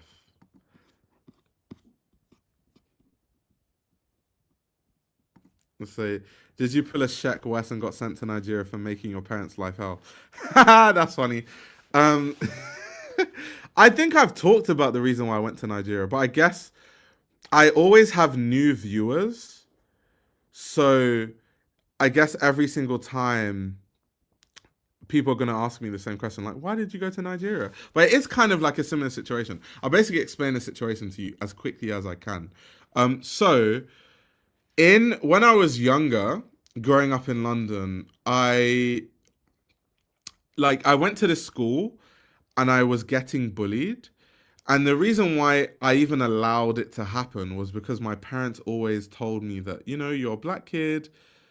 If you retaliate, you're the person that's going to get into trouble, and they're always going to look at you differently. And so I just thought that based on my parents' counsel, I shall not retaliate. So obviously then I got bullied. So my parents had to take me out of that school. I went to a new school. Then the same thing happened in that school. Then my parents took me out of that school. Then I went to a new school. And at that point, I just got to the point where like, I understand, because even as an adult now, my parents were definitely cooking with that point. That thing is definitely true. I've seen it throughout my life. Like, the black kids in school do the exact same thing that the white kids do, and they get in so much more trouble. It's just reality. Whether you believe it or not, that's your business. But that's just what happens. So, in the third school I was in, I was like, well, I can't keep letting this happen because I'm just going to get bullied again. So I took it upon myself to defend myself. But when I defended myself, it kind of got out of hand because I actually remember this guy's name. It's crazy that I remember this guy's name. But there's this guy called Frankie in my school, in my primary school. And he used to try to bully people. And one time he tried to bully me. And I think that my frustration of not being able to retaliate for all those years and of changing schools, I feel like I took out all my frustration on this one guy. So he was just the unfortunate person that tried to bully me when I had, been enduring bullying for all these years. He was the unfortunate kid. So he tried to bully me. He like held my neck to the wall, and when he held my neck to the wall, I basically took his head and smashed it into my knee. And when I smashed his head into my knee, his tooth broke and his tooth ripped through his lower lip and it tore his lip open. So he had to get rushed to the hospital. My parents were called into the school. His dad was called into the school. It's so funny because I literally remember this whole situation like it was yesterday. His dad was so angry, like screaming and shouting. Like, I'm gonna kill that boy. His dad was screaming and shouting. And his dad was livid. I remember this thing like it was yesterday. Yeah, he can never forget me because he has literally a scar down his lip and a broken tooth because of me. So he'll never forget me. But anyway, so he was rushed to the hospital. He had to get loads of stitches. Do I feel sorry for him? Of course not. He tried to bully me and got what was coming. However, so this is all leading into the reason why I went to Nigeria. So what then happened was, and this goes back into exactly why my parents were right in terms of, as a black kid, in very white spaces, you are policed differently to the way white kids are policed. And that's just how the UK is. I don't know about other countries. I don't live in other countries. I live in the UK. So what then happened was, because before when I used to get bullied, before I retaliated, what the process was, I would report to the teacher. The teacher would say, they would like bring us into this room and they would tell us to write a report, and they'll write all this stuff in this black book, and like nothing would ever happen. The kid would never get punished. Their parents would never get, even though they would inform their parents, most of these kids, because I lived in a very working class area, so I went to school with working class kids, and a lot of these working class kids, their parents did not give a fuck about their well-being, to be very honest. So even if these teachers reported to their parents could give two fucks. So nothing would happen. And then the kids would just come to school the next day like, oh, you reported. And then it would just lead to more bullying. So nothing would actually happen. But this time, so imagine, these people have been hitting me, bullying me. Nothing happened. They didn't get into trouble. Literally nothing happened. But I retaliated once. And they decided that I have mental health issues. And they called in a psychiatric doctor to have a look at me. Like, they called in a psychiatric doctor to school to start examining me, to see if like I had mental health issues, to see if they needed to put me into a special needs school. Can you imagine? Just because I retaliated once. So because of that, they obviously had to inform my parents that they brought in this psychiatric doctor to view me and to see me. So then what happened was, this psychiatric doctor she was an Indian woman. She took my parents aside and she basically said, I've examined your son. There's literally nothing wrong with your kid. Like I'm a qualified psychiatric doctor. There's completely nothing wrong with your kid. But the problem is that this school has already labeled your kid as, you know, a special needs sort of like he has mental health issues kid. And once they label your kid as this, you can't really they're going to just keep bringing different psychiatric doctors, and they're just going to keep trying until they can label your kid with this thing. And then when they label your kid with this, it's going to go on his record. So because it's going to go on your record, so she basically advised my parents to take me out of that school. And so at that point, I remember I went home that day and we were looking at my options, like what schools would I go to?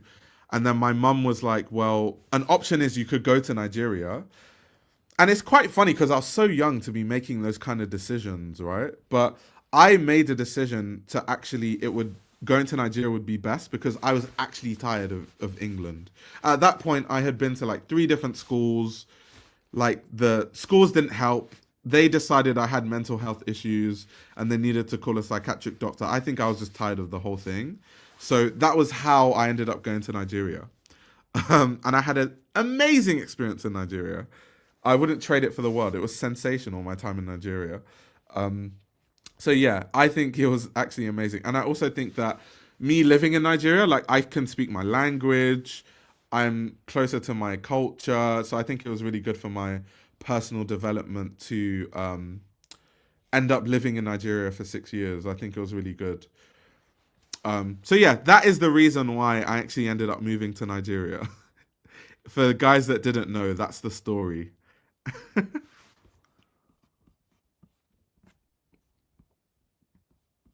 I was doing that future meme, sensational.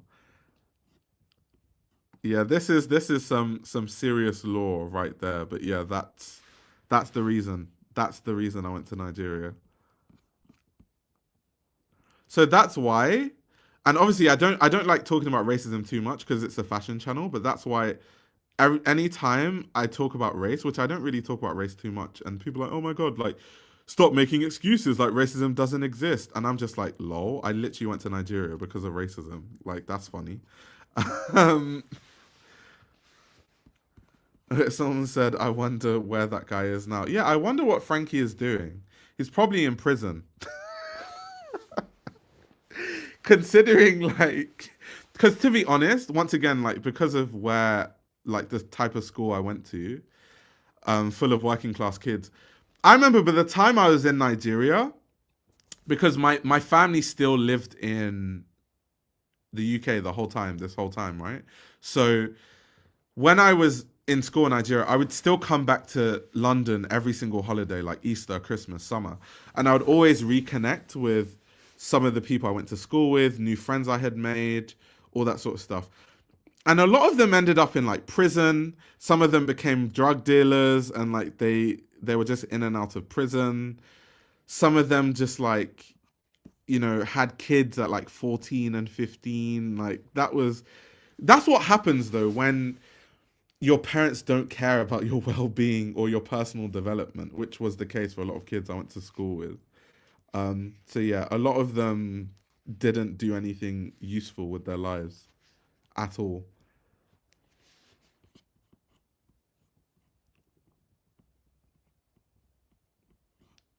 Someone said, well, it's also annoying to be required to talk about race just because you happen to be African. Like, that's not the only aspect of your life/identity. Yeah, that's true. That's definitely true. What does it say? Racism is real, but only for people experiencing it. So people who don't experience it think it's not a real thing. Yeah, that's true. That's true. But yeah, that's that's the story of my childhood, guys. I feel like I just opened the Pandora's box of my childhood. But yeah, Nigeria was a movie. Nigeria was an absolute movie. Like it was so much fun. And I also think that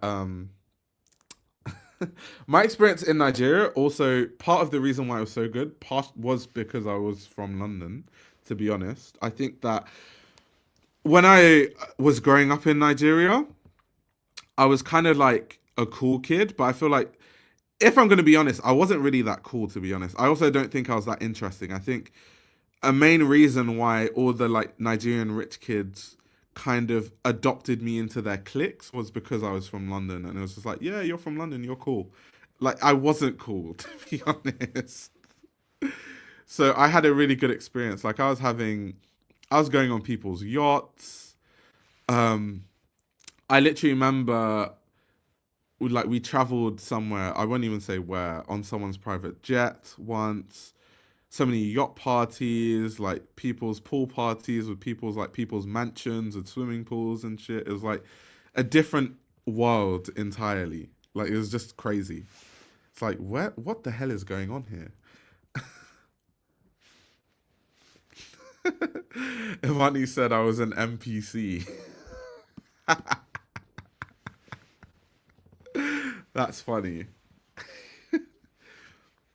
That's funny. Like I literally like the life I was living was insane. Like let me tell you guys a funny story about my time in Nigeria. So in Nigeria, there was like a school trip that we went on from my school, and I literally like had no money because obviously I'm not a rich kid like a lot of the kids I went to school with. Like these Nigerian kids are just rich as shit. So they just had just loads of money. And I didn't have any money to go on this school trip. And I was like stressing, like, oh my God, what am I going to do? Like, I don't have money to go on this trip. I don't have any spending money. What am I going to do? And then my best friend at the time could see how much I was stressing about it. And she literally just gave me money. Like, she was literally just like, I've got loads of money. Here's some money. I've got loads of money. Here, have some money, you poor kid. So you have spending money to spend. She literally just gave me money, and then I just had spending money. Oh my God. But says, are you still in touch with them? Yeah, I'm still in touch with a few of them, actually. I'm still in touch with a few of them.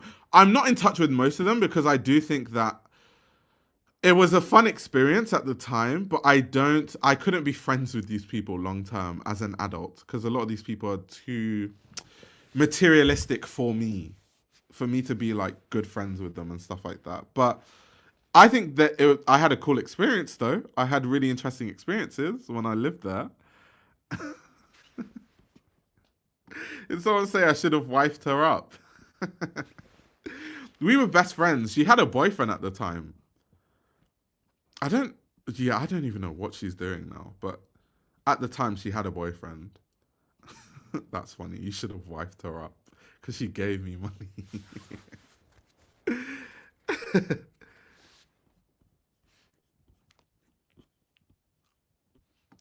Oh my God, not them calling me the Nigerian Anna Delvey. Not them calling me the Nigerian Anna Delvey. The only difference is I didn't break the law. Luca's saying I need to stop fumbling the bag.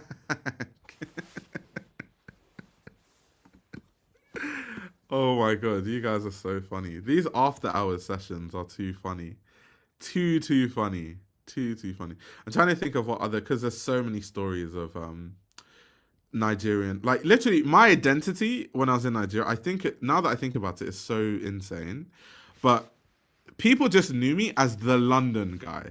Like I would literally go to a party, and in these parties, people would be like, "Oh yeah, I remember you. You're that cool guy. You're that guy that's from London." That was literally my identity. You're the guy that in Nigeria, people that are from London, they say you're from Jan. So they say, "Oh, that's that Janded guy. Janded guy. That's the guy from Jan." So that's what they used to say all the time. Like, "Oh, that's that Janded guy. I remember you." That was literally my identity. Some people didn't even know my name. They just knew me as like the guy from London. Oh my God, that's funny.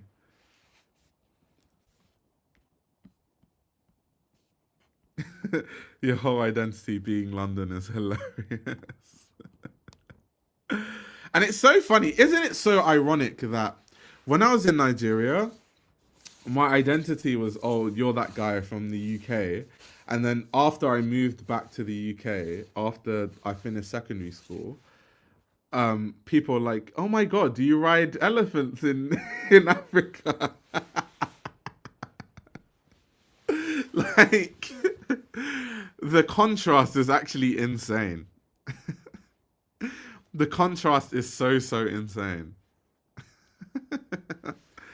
Luke is asking me, oh my God, everyone wants like law. So I moved to Kent. So Kent is kind of a difficult one because my sixth form was in Kent. So that was the first time that I ever lived in Kent ever.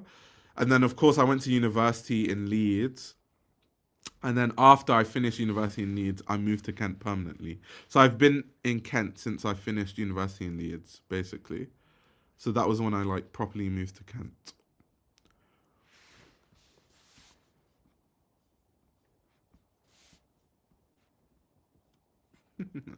Wow, do they know how crazy elephants are? They want their space.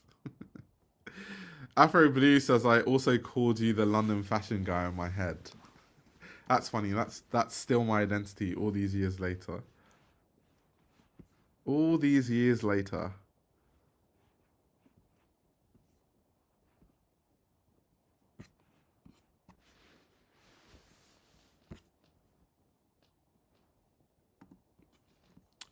Leeds versus CSM, which did you enjoy more? I definitely enjoyed Leeds because when I was studying chemical engineering at Leeds, even though, yes, the degree was hard as hell, the thing is that I felt like I lived like a university student. Like I went to all the parties. We went to parties in Leeds. We went clubbing in Newcastle. We went clubbing in Manchester. We went clubbing and also because I wasn't too familiar with the north of England, like I'd never lived in the north of England, right? So because I knew I was there for uni, I was like, let me use this as a chance to really explore this side of England. So I was traveling everywhere. Like I was all over the place. I went to Scotland because when you're in Leeds, you're a lot closer to the north, right? So you're close to Scotland. So that I used that as a chance to take a train to Edinburgh. I've been to Glasgow. I was doing all sorts. So I feel like I had so much fun and I really had the uni experience. And I also had no responsibilities when I was studying at Leeds. I just had a student loan. So it was a very different experience. When I went to CSM, I obviously didn't have any student loans left because for people that don't know, in the UK, you only get student loan for one degree. So if you do a degree after your first degree, you have to pay for it yourself with your own money. And you can't pay, like my degree at CSM, they didn't even give me an option to pay in installments. So I just had to pay £9,250 in one big payment, just every year, just big payment. So I almost felt like I was just in CSM. I didn't really have any university experience, or I didn't have any fun because I was just working all the time. I knew I had to pay this £9,250 every year at the start of the year at CSM. So that was the first stress. I knew that I was also like working because I was trying to build my profile in the industry. So when I was at uni, I was working at BOF. I was writing for Vogue Runway. I was writing for GQ. I was doing so much stuff. I was running my YouTube channel. I felt like I didn't really have much of a life when I was studying at CSM. Whereas when I was at Leeds, I felt like it was more fun. And then also when I was at CSM, I felt old. Like the kids that I was, I said the kids, let me not call them kids. The people I was studying with, they were 18 and I was like 22, 23. And I feel like even though that age is not far, I feel like the difference between an 18-year-old and a 22, 23-year-old is really big because I was very much like, I'm trying to build my career in fashion. I need to pay for my degree. I need to do all these different things. And all the 18-year-olds are basically doing what I was doing when I was 18, like going for parties everywhere and stuff, being like, Ayo, come to this party. And I'm like, I have a BOF article due tomorrow. I can't exactly come to the party. So it's just a different university experience entirely. So that's why I would always say that I preferred my time at Leeds. compared to CSM, for sure. Like, I had bills to pay. I had rent to pay when I was at CSM. Like, these kids didn't have, they had a loan to pay their rent. I had to make money to pay off my rent when I was in university at CSM. Like, I had adult issues. So it was just a different experience entirely. And this is true. Fresh out of secondary school, all you want is more fun. That's very, very true. What's really wild is how in the US working and going to school full time is normal, but in the US in general, mature students are normal. Yeah, because because in the US, college is so expensive. I can imagine that a lot of people, they just work for a few years and save money, then they go to college, right? I can imagine they don't, unless like you have a lot of money or you have like a scholarship or something or financial aid. I can imagine it's not too easy to just go to college, yeah, because in the US it's really expensive. Really, really expensive. Luke says I'm gonna subtract at least 2 years from my age. People used to call me like an old man on my course. It was so funny. Like people from my course that I was like friends with, they used to call me an old man. Even though I was literally just 22. They're like, oh my god, Ayo, you're so old. And culture says we don't save, we pay as we go. Damn. I understand it though, because yeah, like I said, college in the US is like, wow. When I was younger, I really, really wanted to go to college in the US because, I don't know, it just seems more fun. Because colleges in the US are so huge. In the UK, what we refer to as a big college is nowhere near the size of colleges in the US. So I just would have loved to experience what it's like to go to a university where there's tens of thousands of people and everything is just like the scale is huge, the facilities are insane. But those prices, I was like, yeah, maybe not. Maybe not. Let's see what Maya says. A lot just get their GED and get their degrees in their mid-20s, but still look down on over here. Why is it looked down on when literally most people can't afford it? Like, can't afford to go to college straight away.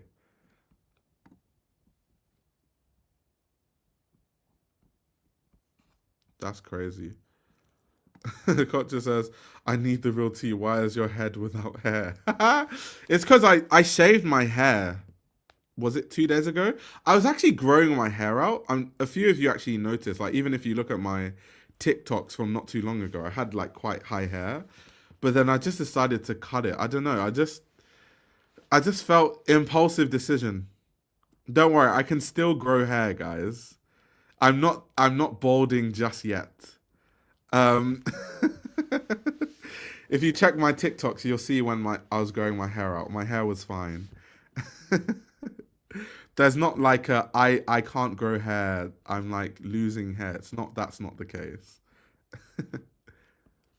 And I also think that like people take me more seriously when I have shorter hair, and people think I'm older also. And I feel like people just take me more seriously because I look older. How can you bother shaving? I shaved for a while and it's so annoying. I don't find shaving annoying because it's so easy. I have a clipper and I just cut my. It's like a balding clipper, so it's supposed to like cut your hair bald, and I just go room room room all over my hair and it comes off easily. It's not really difficult at all. Someone is doing a hairline check on I.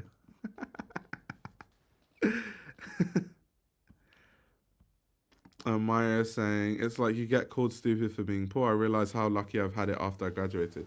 Yeah, that's crazy that it's looked down upon to, not do your degree immediately because not everyone can afford it. Are people really that out of touch, like in general?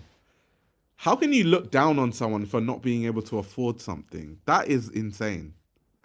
Such a backward way of thinking. Micah says I have commitment issues with my hair.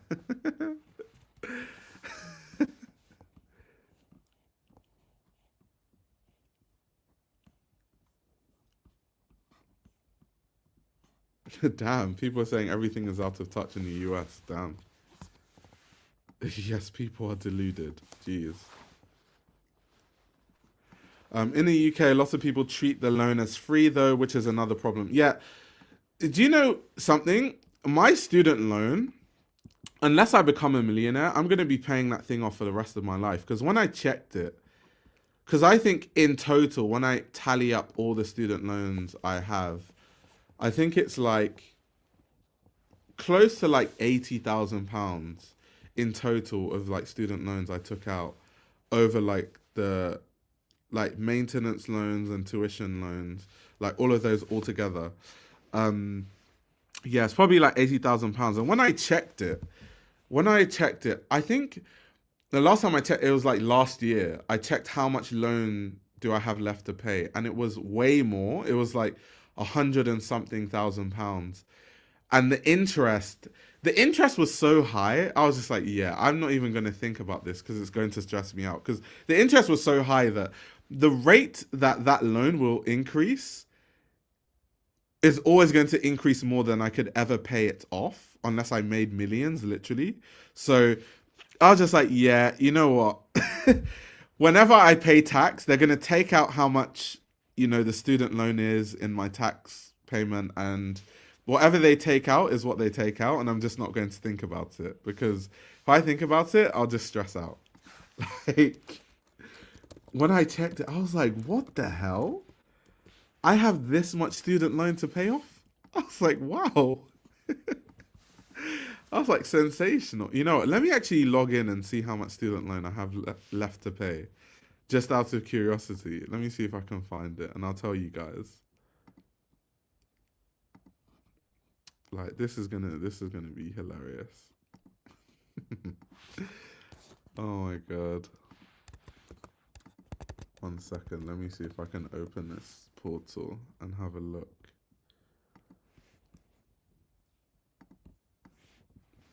I'm just going through my security thing, and then I'll tell you guys how much I owe the government.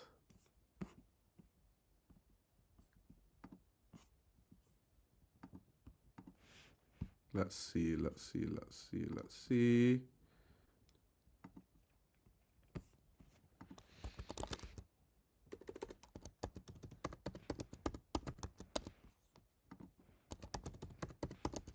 Oh my god, the security on this thing is tight.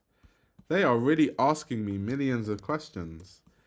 They are like, we need to ask you 10 million questions for you to then figure out how much you owe the government. Why is it so difficult to know how much money I owe the government?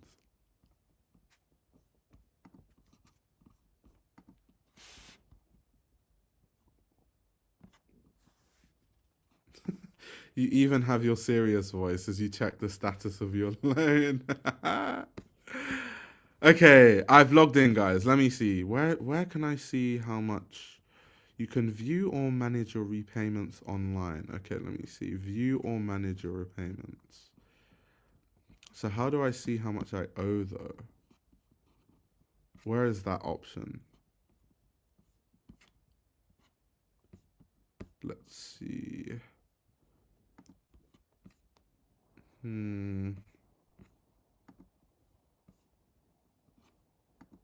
Okay, sign in to manage your student loan balance. Oh my god, guys, I just checked it. Oh my oh oh my god, this is why I don't check it, guys. Oh my gosh. Oh my gosh. Oh my god, I can actually I can show you guys. I just need to like blur out the personal details. But okay, let me show you guys now. Guys, this is how much loan. This is how much I owe the government. Oh my gosh, guys. Oh my god. I owe the government £105,000. What the Oh oh my gosh, guys. Oh my But this is what I mean. Like, the last time I checked it, it was £100,000. And bear in mind, I pay off my student loans through my tax. So even though I'm paying it, it just means that the interest rate is so high that it keeps climbing even though I'm paying it off. So I genuinely think I'm going to be paying this thing off for the rest of my life, unless like someone gives me £1,000,000 or something. It's just going to be, it's an endless thing.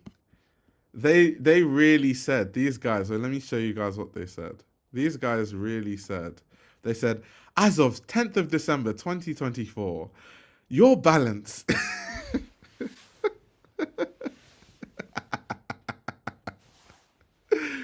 as of 10th of December 2024, you owe the government an arm and a leg. Sell your kidney to pay this off.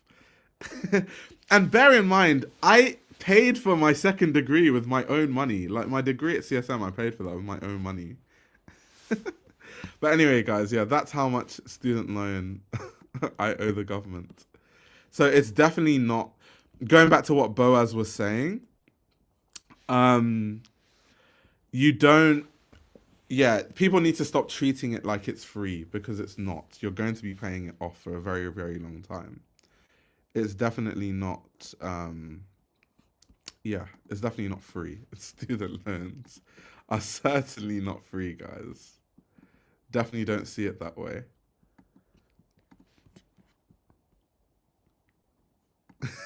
All of a sudden, Bernard Arnault seems like a really stand-up guy who could donate me money at any time. Watching ads to help pay the student loan.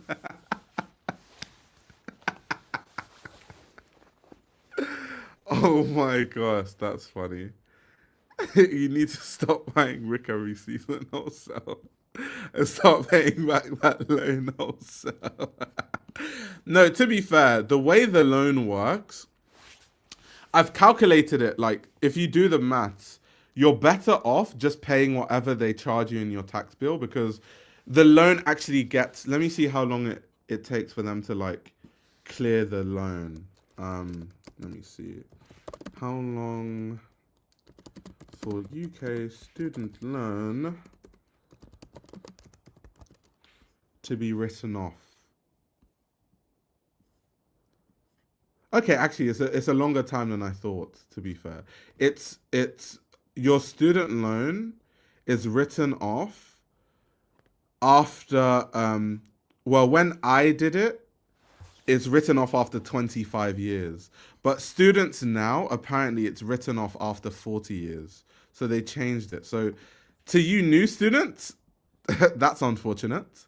But for me, it's written off after 25 years. And if you do the maths, because how the loan is, how you pay it back is anything you earn over £25,000, you pay back, I think it's 9%. So 9% of your tax bill is towards student loan for any of your income over £25,000 in that tax year. So if you do the maths, you're better off just paying it that way than like actually trying to pay it off individually. It doesn't make sense financially, unless, of course, you come into loads of money, but even then it still wouldn't make sense financially. So they still make it like not easy, because 9% is still a lot of money to just be paying, but they make it easier than a lot of other places. Like, it's a manageable loan is what I'm saying. Thee says I would fake my death. But yeah, the new students, they didn't do you guys right. 40 years. Ouch. Ouch. Ouch. Like, look at it. Look at this. It says, as written off after 40 years after the first repayment is due. This applies to students who start university in England after August 2023. That is so unfortunate. That is, but plan one, written off after 25 years, or when the student turns 65, depending on when they started studying. So yeah, the new students, the government doesn't like you. The government is trying to get their money back from COVID. So you guys, the new students, 40 years? Oh my God. You guys are going to be paying that for 40 years. Yeah, count me out of all of that. So yeah, of course you can pay extra towards your loan, but I don't make that kind of money to be paying extra towards a loan. If I made really good money, then maybe I would. Like I'd start paying it off slowly. But the interest rate, it doesn't make sense. I'd rather just pay tiny increments and then it just gets cleared after 25 years. I'd rather just do that. Thank goodness I got my pattern making certificate covered 100%. Yeah, that's what I'm saying. Like, it is a lot of money to owe, like 100,000, 105,000 pounds, and it will probably increase, maybe, who knows? But it's still a privilege because it's still manageable. In a lot of countries, you can't take a loan that's manageable. You just don't have any option or any choice. Okay, Luke said I started in 2021, so it's still 25 years for me. Thank heavens. Yeah. You're one of the lucky ones. The new students and the school fees are probably going to go up too. So the new students, not only are they going to take out higher loans because the fees will be higher, they don't get their payments cleared for 40 years. That is so unfortunate. I think it's definitely getting to the point where when I have kids, unless like they are going to be a doctor or something, I'm going to tell them not to go to university. Like, do not go to university because all that money is insane. That kind of debt is insane.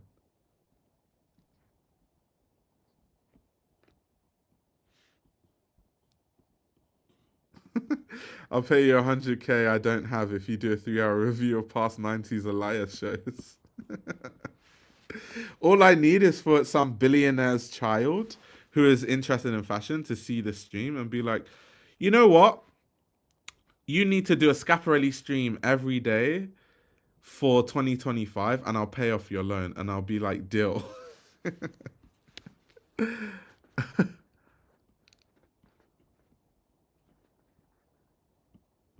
Yeah, it is getting to the point where it's cheaper to go abroad to study, definitely. Like, go to a different European country. Like, so many other European countries are way cheaper. The only problem is, in a lot of these countries, some of them you can do your degree in English, but for a lot of these countries you can't. And good luck learning university level work in a different language. That's not your first language. That's very difficult. So that's a hurdle with that. Like, imagine doing your medical degree in Spanish. Good flipping luck with that. Like, that is difficult. Oh my god, Culture, thank you for the super chat. For the poor king. Oh my god, I've become the poor king. That's hilarious. That's funny. So Afro Blue says no university is risky. I think it depends on what they are doing. I think that if you know what you want to do, if you start at an early enough age working towards it, I think you might not even need university because you can create your own lane. But you have to start really early and you have to really know what you want to do, which I guess is difficult because at 14, 15, 16, 17, do you really know what you want to do? Probably not. But university, I think, is risky because all of that debt. And I think my generation, it's manageable. In my parents' generation, university was free in the UK. So my mum got her degree for free. I have 100K worth of student debt. And then the next generation, they're going to have 300K worth of student debt. And they probably are going to have to pay even more. So for my generation, it's 9% of your tax bill goes towards your student loan. Who knows, the next generation, it might be 15% and they'll really have no money. Like, they will really have no disposable income. She said you killed the oil baron Napo baby allegation in like 10 seconds. That's funny. Imagine people think I'm some aristocrat. These times I have like over 100K in debt. That's funny. As an African, I'm old school when it comes to university being mandatory. Yeah, I kind of understand that mentality. I mean, I am Nigerian at the end of the day. Like, it is kind of a very Nigerian thing to be like, at minimum, you need a degree. But, you know, I don't know. I just feel like the next generation, they are going to have it so difficult. Like, we already have it hard. The next generation is going to have it so hard. It's going to be so unaffordable. You'll literally need to be a millionaire just to study. It will literally get to that point.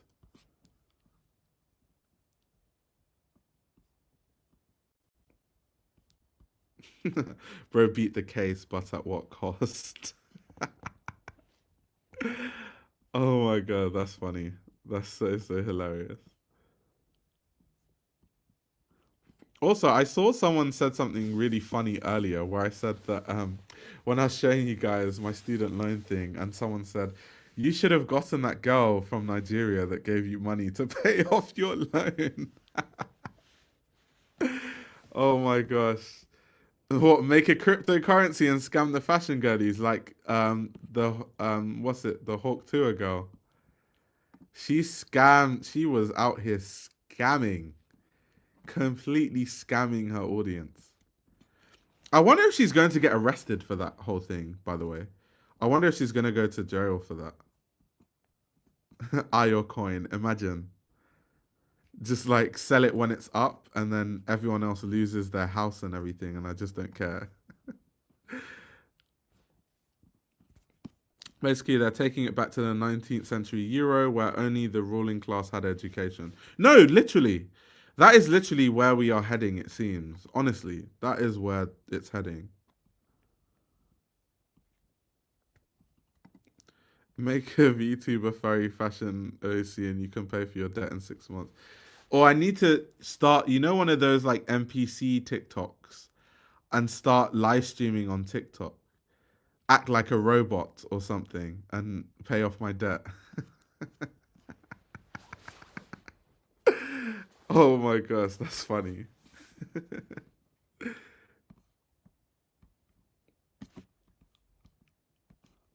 That is actually funny.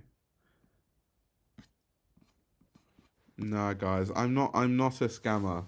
I don't do those things. I pay off my debt the hard way by working hard. Like everyone else. Like everyone else, guys. I don't want to destroy people's families and destroy people's well-beings and stuff. I don't do all those things, guys. Imagine the grandchildren seeing you in NPC form. I know. That content is actually so insane. I will never understand how people genuinely sit down and watch that NPC content for hours online. It's so crazy to me, but I feel like in this world, there's a market for every kind of thing. There's a market for every kind of content. There's a for everything. There's a market. You just need to find it somewhere. It's actually so insane, but I feel like there's a market for everything. Yeah, I know. Like people send their money to them. They don't even learn anything. Like they don't learn any information. There's not like conversation to be had. They are genuinely just like they pay money and it's like, oh, thank you, $10. It's so weird. It's like it genuinely feels like we are living in an episode of Black Mirror. I genuinely feel like Black Mirror predicted all these things, and we are genuinely in this era of like Black Mirror. We are quite literally in a Black Mirror episode. They don't even learn anything. Your standards are too high. No, but literally, like, the only content I watch is content that I can learn stuff from. I find it very hard to just watch content where, like, there's no information. It's just stuff. I can't really watch stuff like that.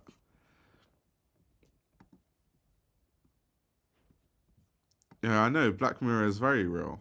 It's like they predicted the future. It's quite scary, actually. Very dystopian.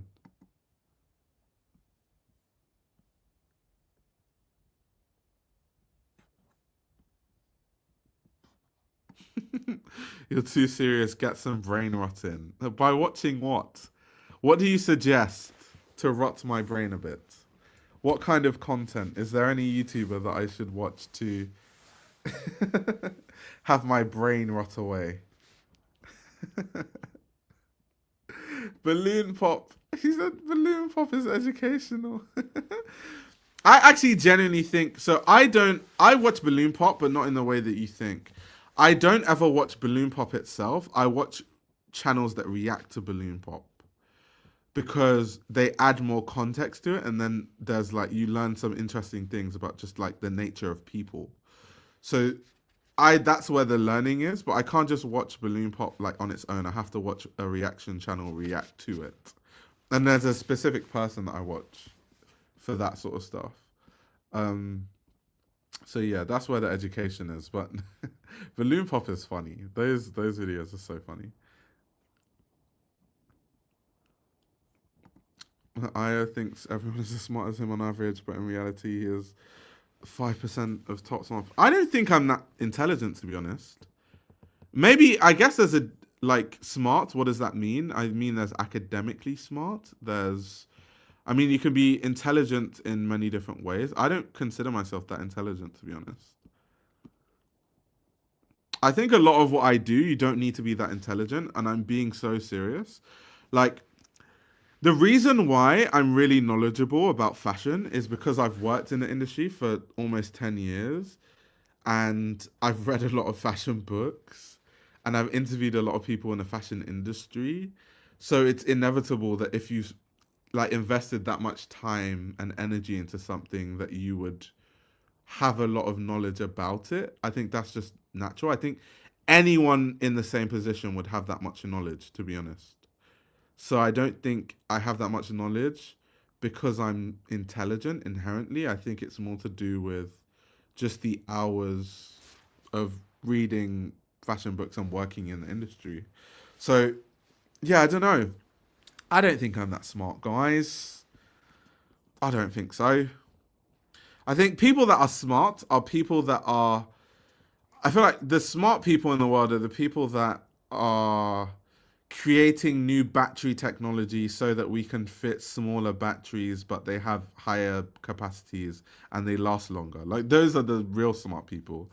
Or like people inventing new technology that will literally change our lives. Like the people that are working on and developing AI. Those are like the really intelligent people. Like, I'm just reading books and telling you guys about the fashion industry. Those are the real smart people.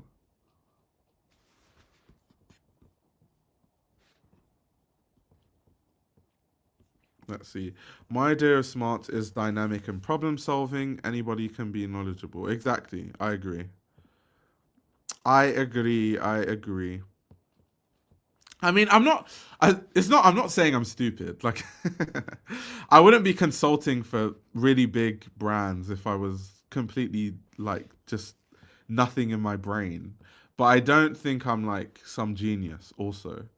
I genuinely think that some things that I tell brands are really common sense, but I think to them it might not be common sense because they're just so out of touch. Kind of what we were saying earlier, that the general person sometimes can be so out of touch with things that sometimes you say things that are so common sense and they're like, oh my God, what a great idea.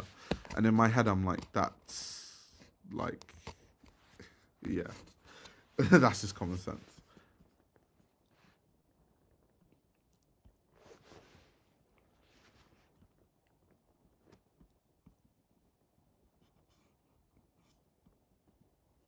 Let's see. I'm training my AI model for my final in my PhD right now.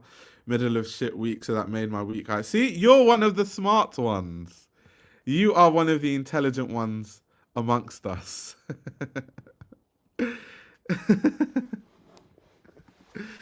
I think stupid is walking around calling yourself a high IQ person. Anyone that uses IQ to call someone dumb is the dumb. So I think I definitely think that you are correct in the sense of when there's certain things. I think it's a lack of like emotional intelligence. So there's things that I see online. Wow, this is really an after hours episode. Like for real, we're not even talking about fashion anymore. So I think that people that lack emotional intelligence or even social intelligence say things where I don't think they understand how they are perceived, but they come across really crazy. So like the kind of guy, like I see this online, people be like, I'm an alpha male, I'm an alpha. And I don't think they realize that if they had social intelligence, calling yourself an alpha is the most like cringe thing you can say about yourself. Even if like that's I guess what you are. It's such a cringe thing, and the kind of person that would call themselves alpha definitely isn't anything close to what like society would deem like an alpha person, right? The kind of person that calls themselves that is just not that. But people that call themselves that, they lack the social intelligence to understand that. So that is definitely a thing, right? Where people like I feel like the kind of person that would go around saying, I'm the smartest person in the world, I'm smarter than everyone else, probably is not that smart. And they just lack the social intelligence to understand that. So that's why they say stuff like that. And people are just looking at them like, what an idiot. So yeah, that's definitely a thing. Let's see. Would consulting for smaller slash fledgling brands interest you? So the thing is that like I charge brands a lot of money to do consulting because I have to do so much work when I consult for brands. So the reason why I wouldn't work with smaller brands is because I'm not trying to charge smaller brands what I charge bigger brands. Um, and if I work with a smaller brand, I'd almost want to do it for free. It would always end up being that way, and then I only have so much time. Because, for example, I try to help people all the time. Like people sell me, people I said sell me. People send me emails every day, and sometimes I respond, and sometimes I don't respond because sometimes I only have so much time in a day, and if I responded to every single email that people send me, I literally would get no work done. But every day I might answer one email. It'll be some guy with a brand who like is asking me like, what should I do in this situation, and I'll like help them out for free. So I kind of do that with smaller brands. But consulting for smaller brands, I just couldn't see how a smaller brand could like afford it, to be honest. Unless it's like those like really rich people that just start a brand because they're bored. I could do consulting for those kind of people because they have more money than sense. They don't know anything about the fashion industry, but they just start a brand. It'll be like, yeah, I can help you for a fee.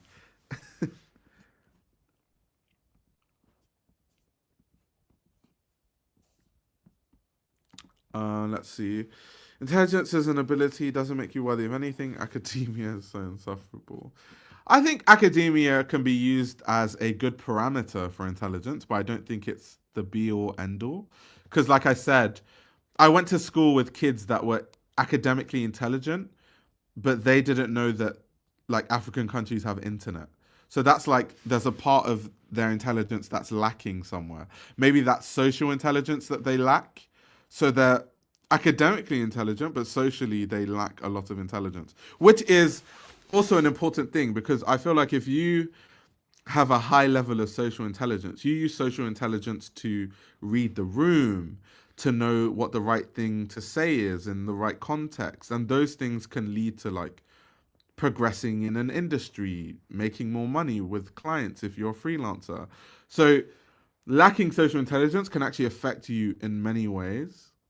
So I think there are different types of intelligence, and yeah, some people lack different sides. And academia definitely isn't like the only way to determine someone's intelligence.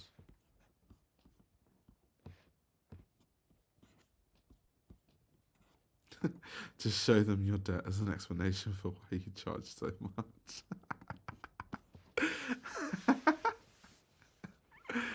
That's funny.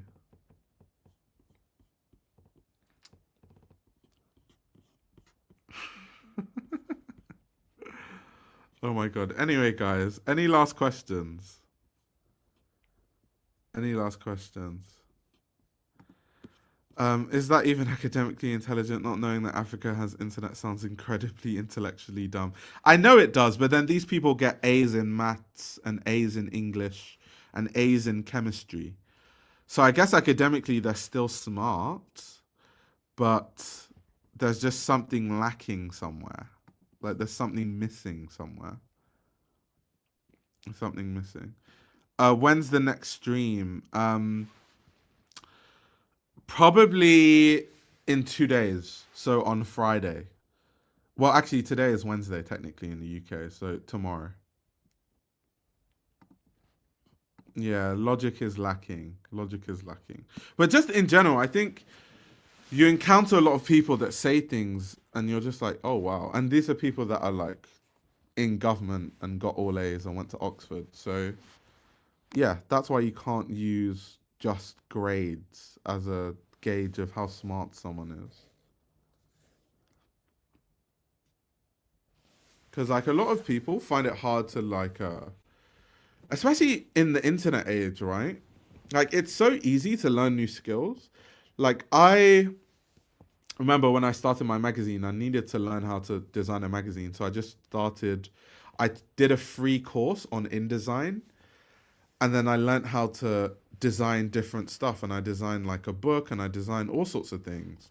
Like it's so, but then I know people that are really academically smart, but they find it so hard to just like learn new skills. Like if I told them learn how to use Photoshop tomorrow, they would really struggle. And it's like, it really isn't that hard. Just watch a YouTube tutorial. Just invest like 3 to 4 hours and watch a YouTube tutorial and then try out some of the things you've learnt. And then over time, you'll just master the software. It's really not rocket science.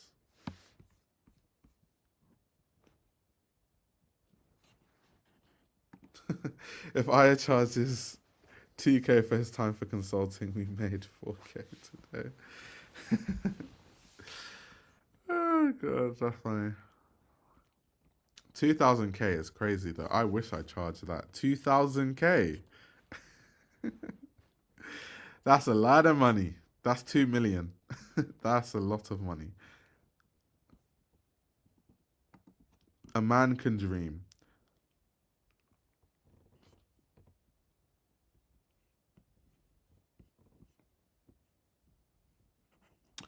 Any thoughts on Drees? One of my favorites. When you say thoughts on Drees, do you mean like let's see, Dries Van Noten, new creative director. Do you mean like in terms of like what are my thoughts on them hiring a new designer? Is that what you are asking? Like thoughts on Dries?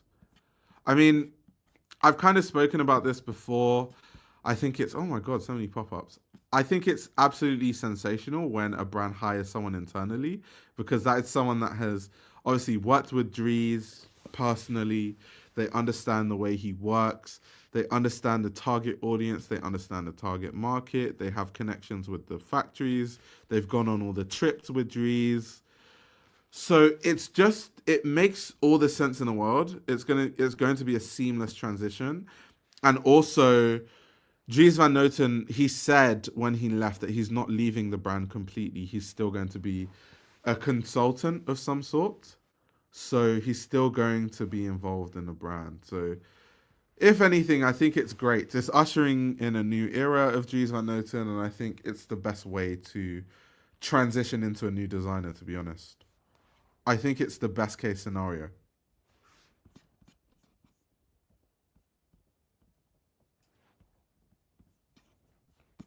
I honestly do.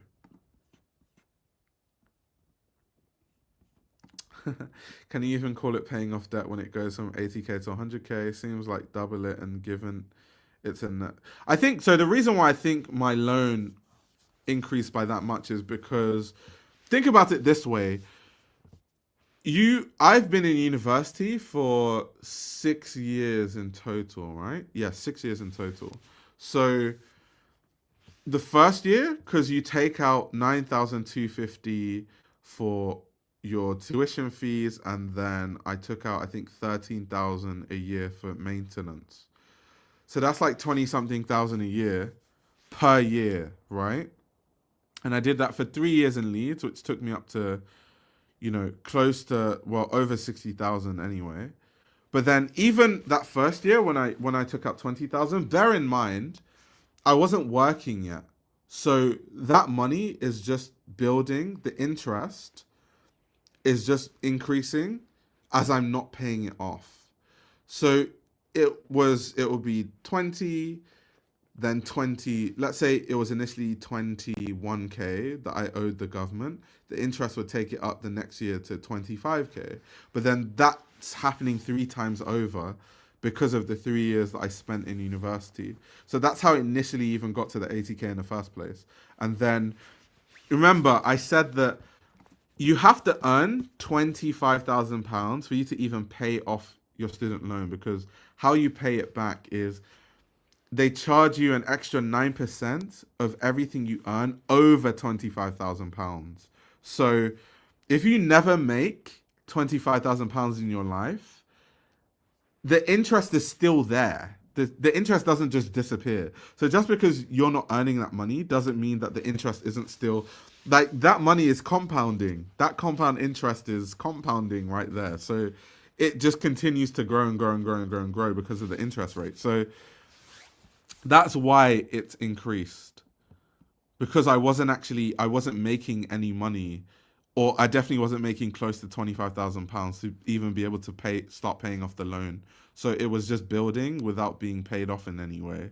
So that's why it could build. But I think now, because now I like work full time and stuff, I don't think it's ever going to increase that quickly ever again. But it might still go up.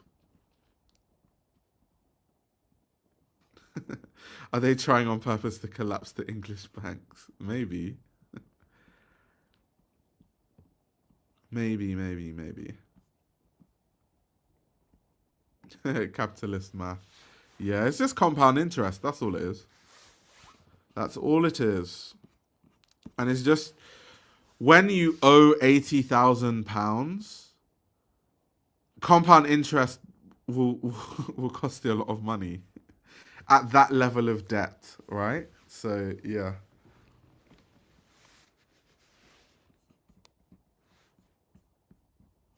But yeah, it's weird because it's debt, but it doesn't feel like debt because I just don't, like, when I make money, I just put a certain amount of money aside for tax anyway. So I just don't even think about what percentage is going to my loan and what percentage is going here. I just pay off the tax and then we move on to the next year. So it doesn't really feel like debt. Like, it's not like consumer debt, like Klarna or like credit cards and stuff like that, which I would never do, by the way. I'd only use a credit card if like I had to, like if I didn't have money in my account and I needed to eat food to survive. That's when I would like go into credit card debt. But for stuff that's unnecessary, like clothes and stuff, never. I'd never do that personally. But whatever you guys want to do with your money is obviously, you guys can do what you want with your money. That's just what I do personally.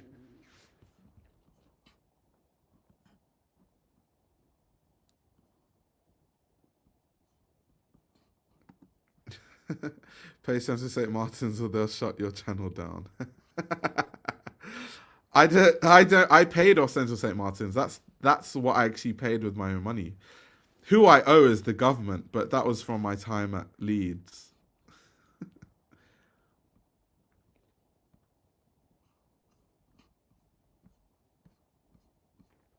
So yeah. I don't owe any university any money actually. I owe the government money, which is why they can take it out of my tax bill. Because that's what happens when you take a loan out. For people that don't know how it works, when you take a loan out, that money gets paid to the university. So the university get paid regardless. It's the banks and the government that have to bear the brunt of the loan and chase all the people that owe the money. When did you realize that using your credit for clothes and things was unnecessary? I guess I kind of always knew that because my mum always made me scared about credit card debt. Like the fact that it's a credit card is to build your credit score and for necessities, and that's it.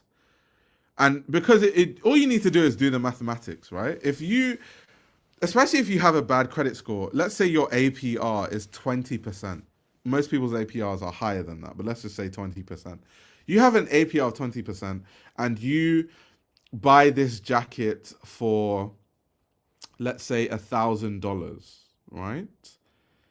Now, if you can't pay off that $1,000, your jacket actually costs $1,200 after the first year.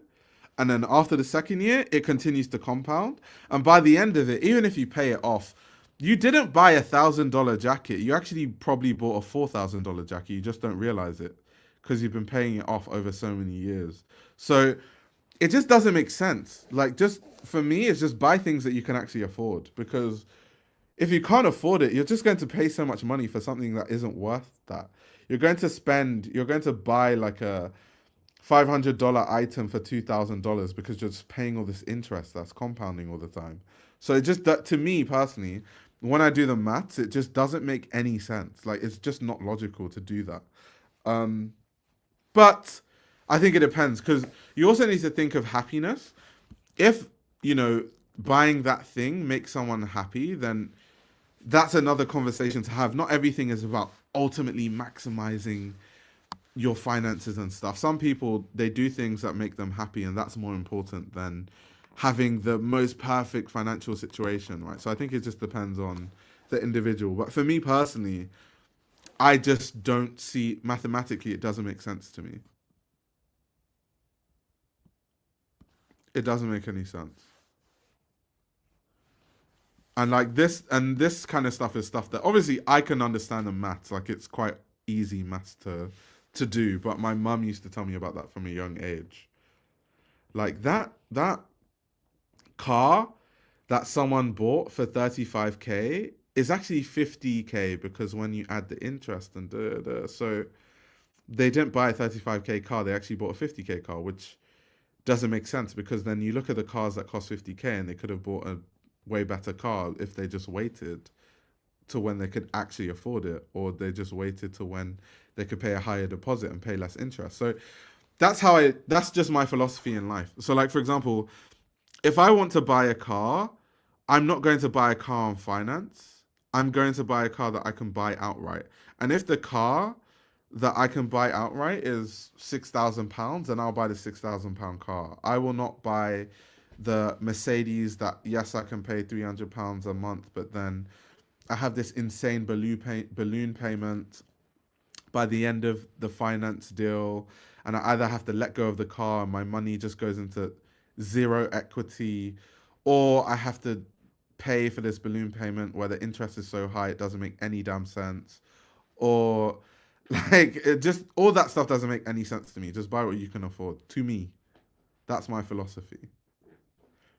But then I also feel like it's easier said than done, because there's so many societal pressures to try to keep up with the Joneses, and like, people get shamed. Like, I get shamed by my friends a lot for living my life the way that I live my life. So I can imagine that, some people, it's not worth the social shame to live your life a certain way just because you're trying to maximize your finances, right? I think it depends on your situation, but I think it also might depend on how you are raised, because the way I was raised by my mum was to live life like that, like only buy things you can afford, only use credit for necessities. Like, that was just how I was raised. Because my mum's philosophy that she taught me is, you have to set yourself up financially to where you're never stressing about money, and also to where you have an option to retire early. So that's the way that I view things. So they're not your true friends if they're shaming you. They're not shaming you in a way where, like, it's like, that friendly shaming, but they're still shaming you. It's like what your friends would do anyway. Like, I don't even think they realize that that's what they are doing, but they kind of do it without meaning to. Even going to a restaurant in London really hurts. I mean, geez, eating out is so expensive. It's so damn expensive. Life is balanced. My immigrant parents warned me of debt too. Then I learnt about leverage. Yeah, I mean, once again, that's why I said it depends, because you can use debt for leverage, but only if you know what you're doing. Because I feel like a lot of people, they convince themselves that they are so smart and they're using their debt for leverage, and then 1 year down the line, they have bailiffs knocking on their door, collecting their cars and their property because they can't pay back the loan. But if you have a very clear-cut thing, I think it makes sense to get a loan. I think it does make sense. If you have like a very clear-cut business thing going on, and it makes a lot of sense. Or like there's people that, you know, are in the property business, and I think leverage is, you can use a lot of leverage if you're like, you develop properties or you invest in properties. But I mean, look at who is talking here. I do not have money to be doing property investments. Like, I'm not that kind of person. So that's why I'm not thinking about all those like leverage for now, because I'm just not in those positions. And I don't like to deceive myself.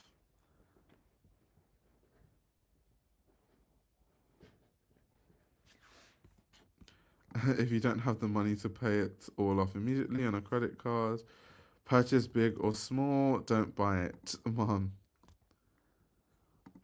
Things are so low quality, even if you buy it at a premium, you have to replace them in 5 years. That's true, actually. A lot of things, to be fair. That's true. That's true. Oh my God, what has this become? The financial stream with Fashion Roadman. Let me do the disclaimer. You know all those like financial gurus on YouTube that give financial advice, but I think it's illegal or something to give financial advice if you're not a qualified financial advisor. So they're always like, by the way, I am not giving you guys financial advice. This is for entertainment, but they're literally just giving financial advice in the whole video. Imani said, debt terrifies me. I don't have a credit card. My memory is terrible. I'll be running my credit score over forget. I'll be ruining, I guess he meant to write. Yeah, my credit score over forgetfulness. Yeah, like once again, it just depends on what gives you happiness and what works for you. I obviously have a credit card because of credit score, but yeah, some people don't have it because peace of mind. Peace of mind is very important. Enough money talk. Anyway, guys, this was a fun after hours. I feel like I've become a very consistent streamer these days. But thank you very much, everyone, for tuning in. I feel like you guys had some serious lore in this live stream. I shall be seeing you very soon. I'm going to for the rest of December, not all of it, because obviously I do the live streams where I talk about news stories, but I will also be reviewing a lot of Spring Summer 25 fashion shows. So I'm going to talk about in one stream the Valentino collection that I haven't reviewed by Alessandro Michele. I'm going to talk about the McQueen collection and a few other collections that I have in store. So that's going to happen. Before I go, if you guys want to watch my streams on the go, you can check them out on Spotify. I post all my streams on Spotify now. The link is in the description below. On that note, I shall be seeing you guys in the next stream, probably tomorrow on Thursday. Yeah. So see you guys later. Thank you very much for tuning in.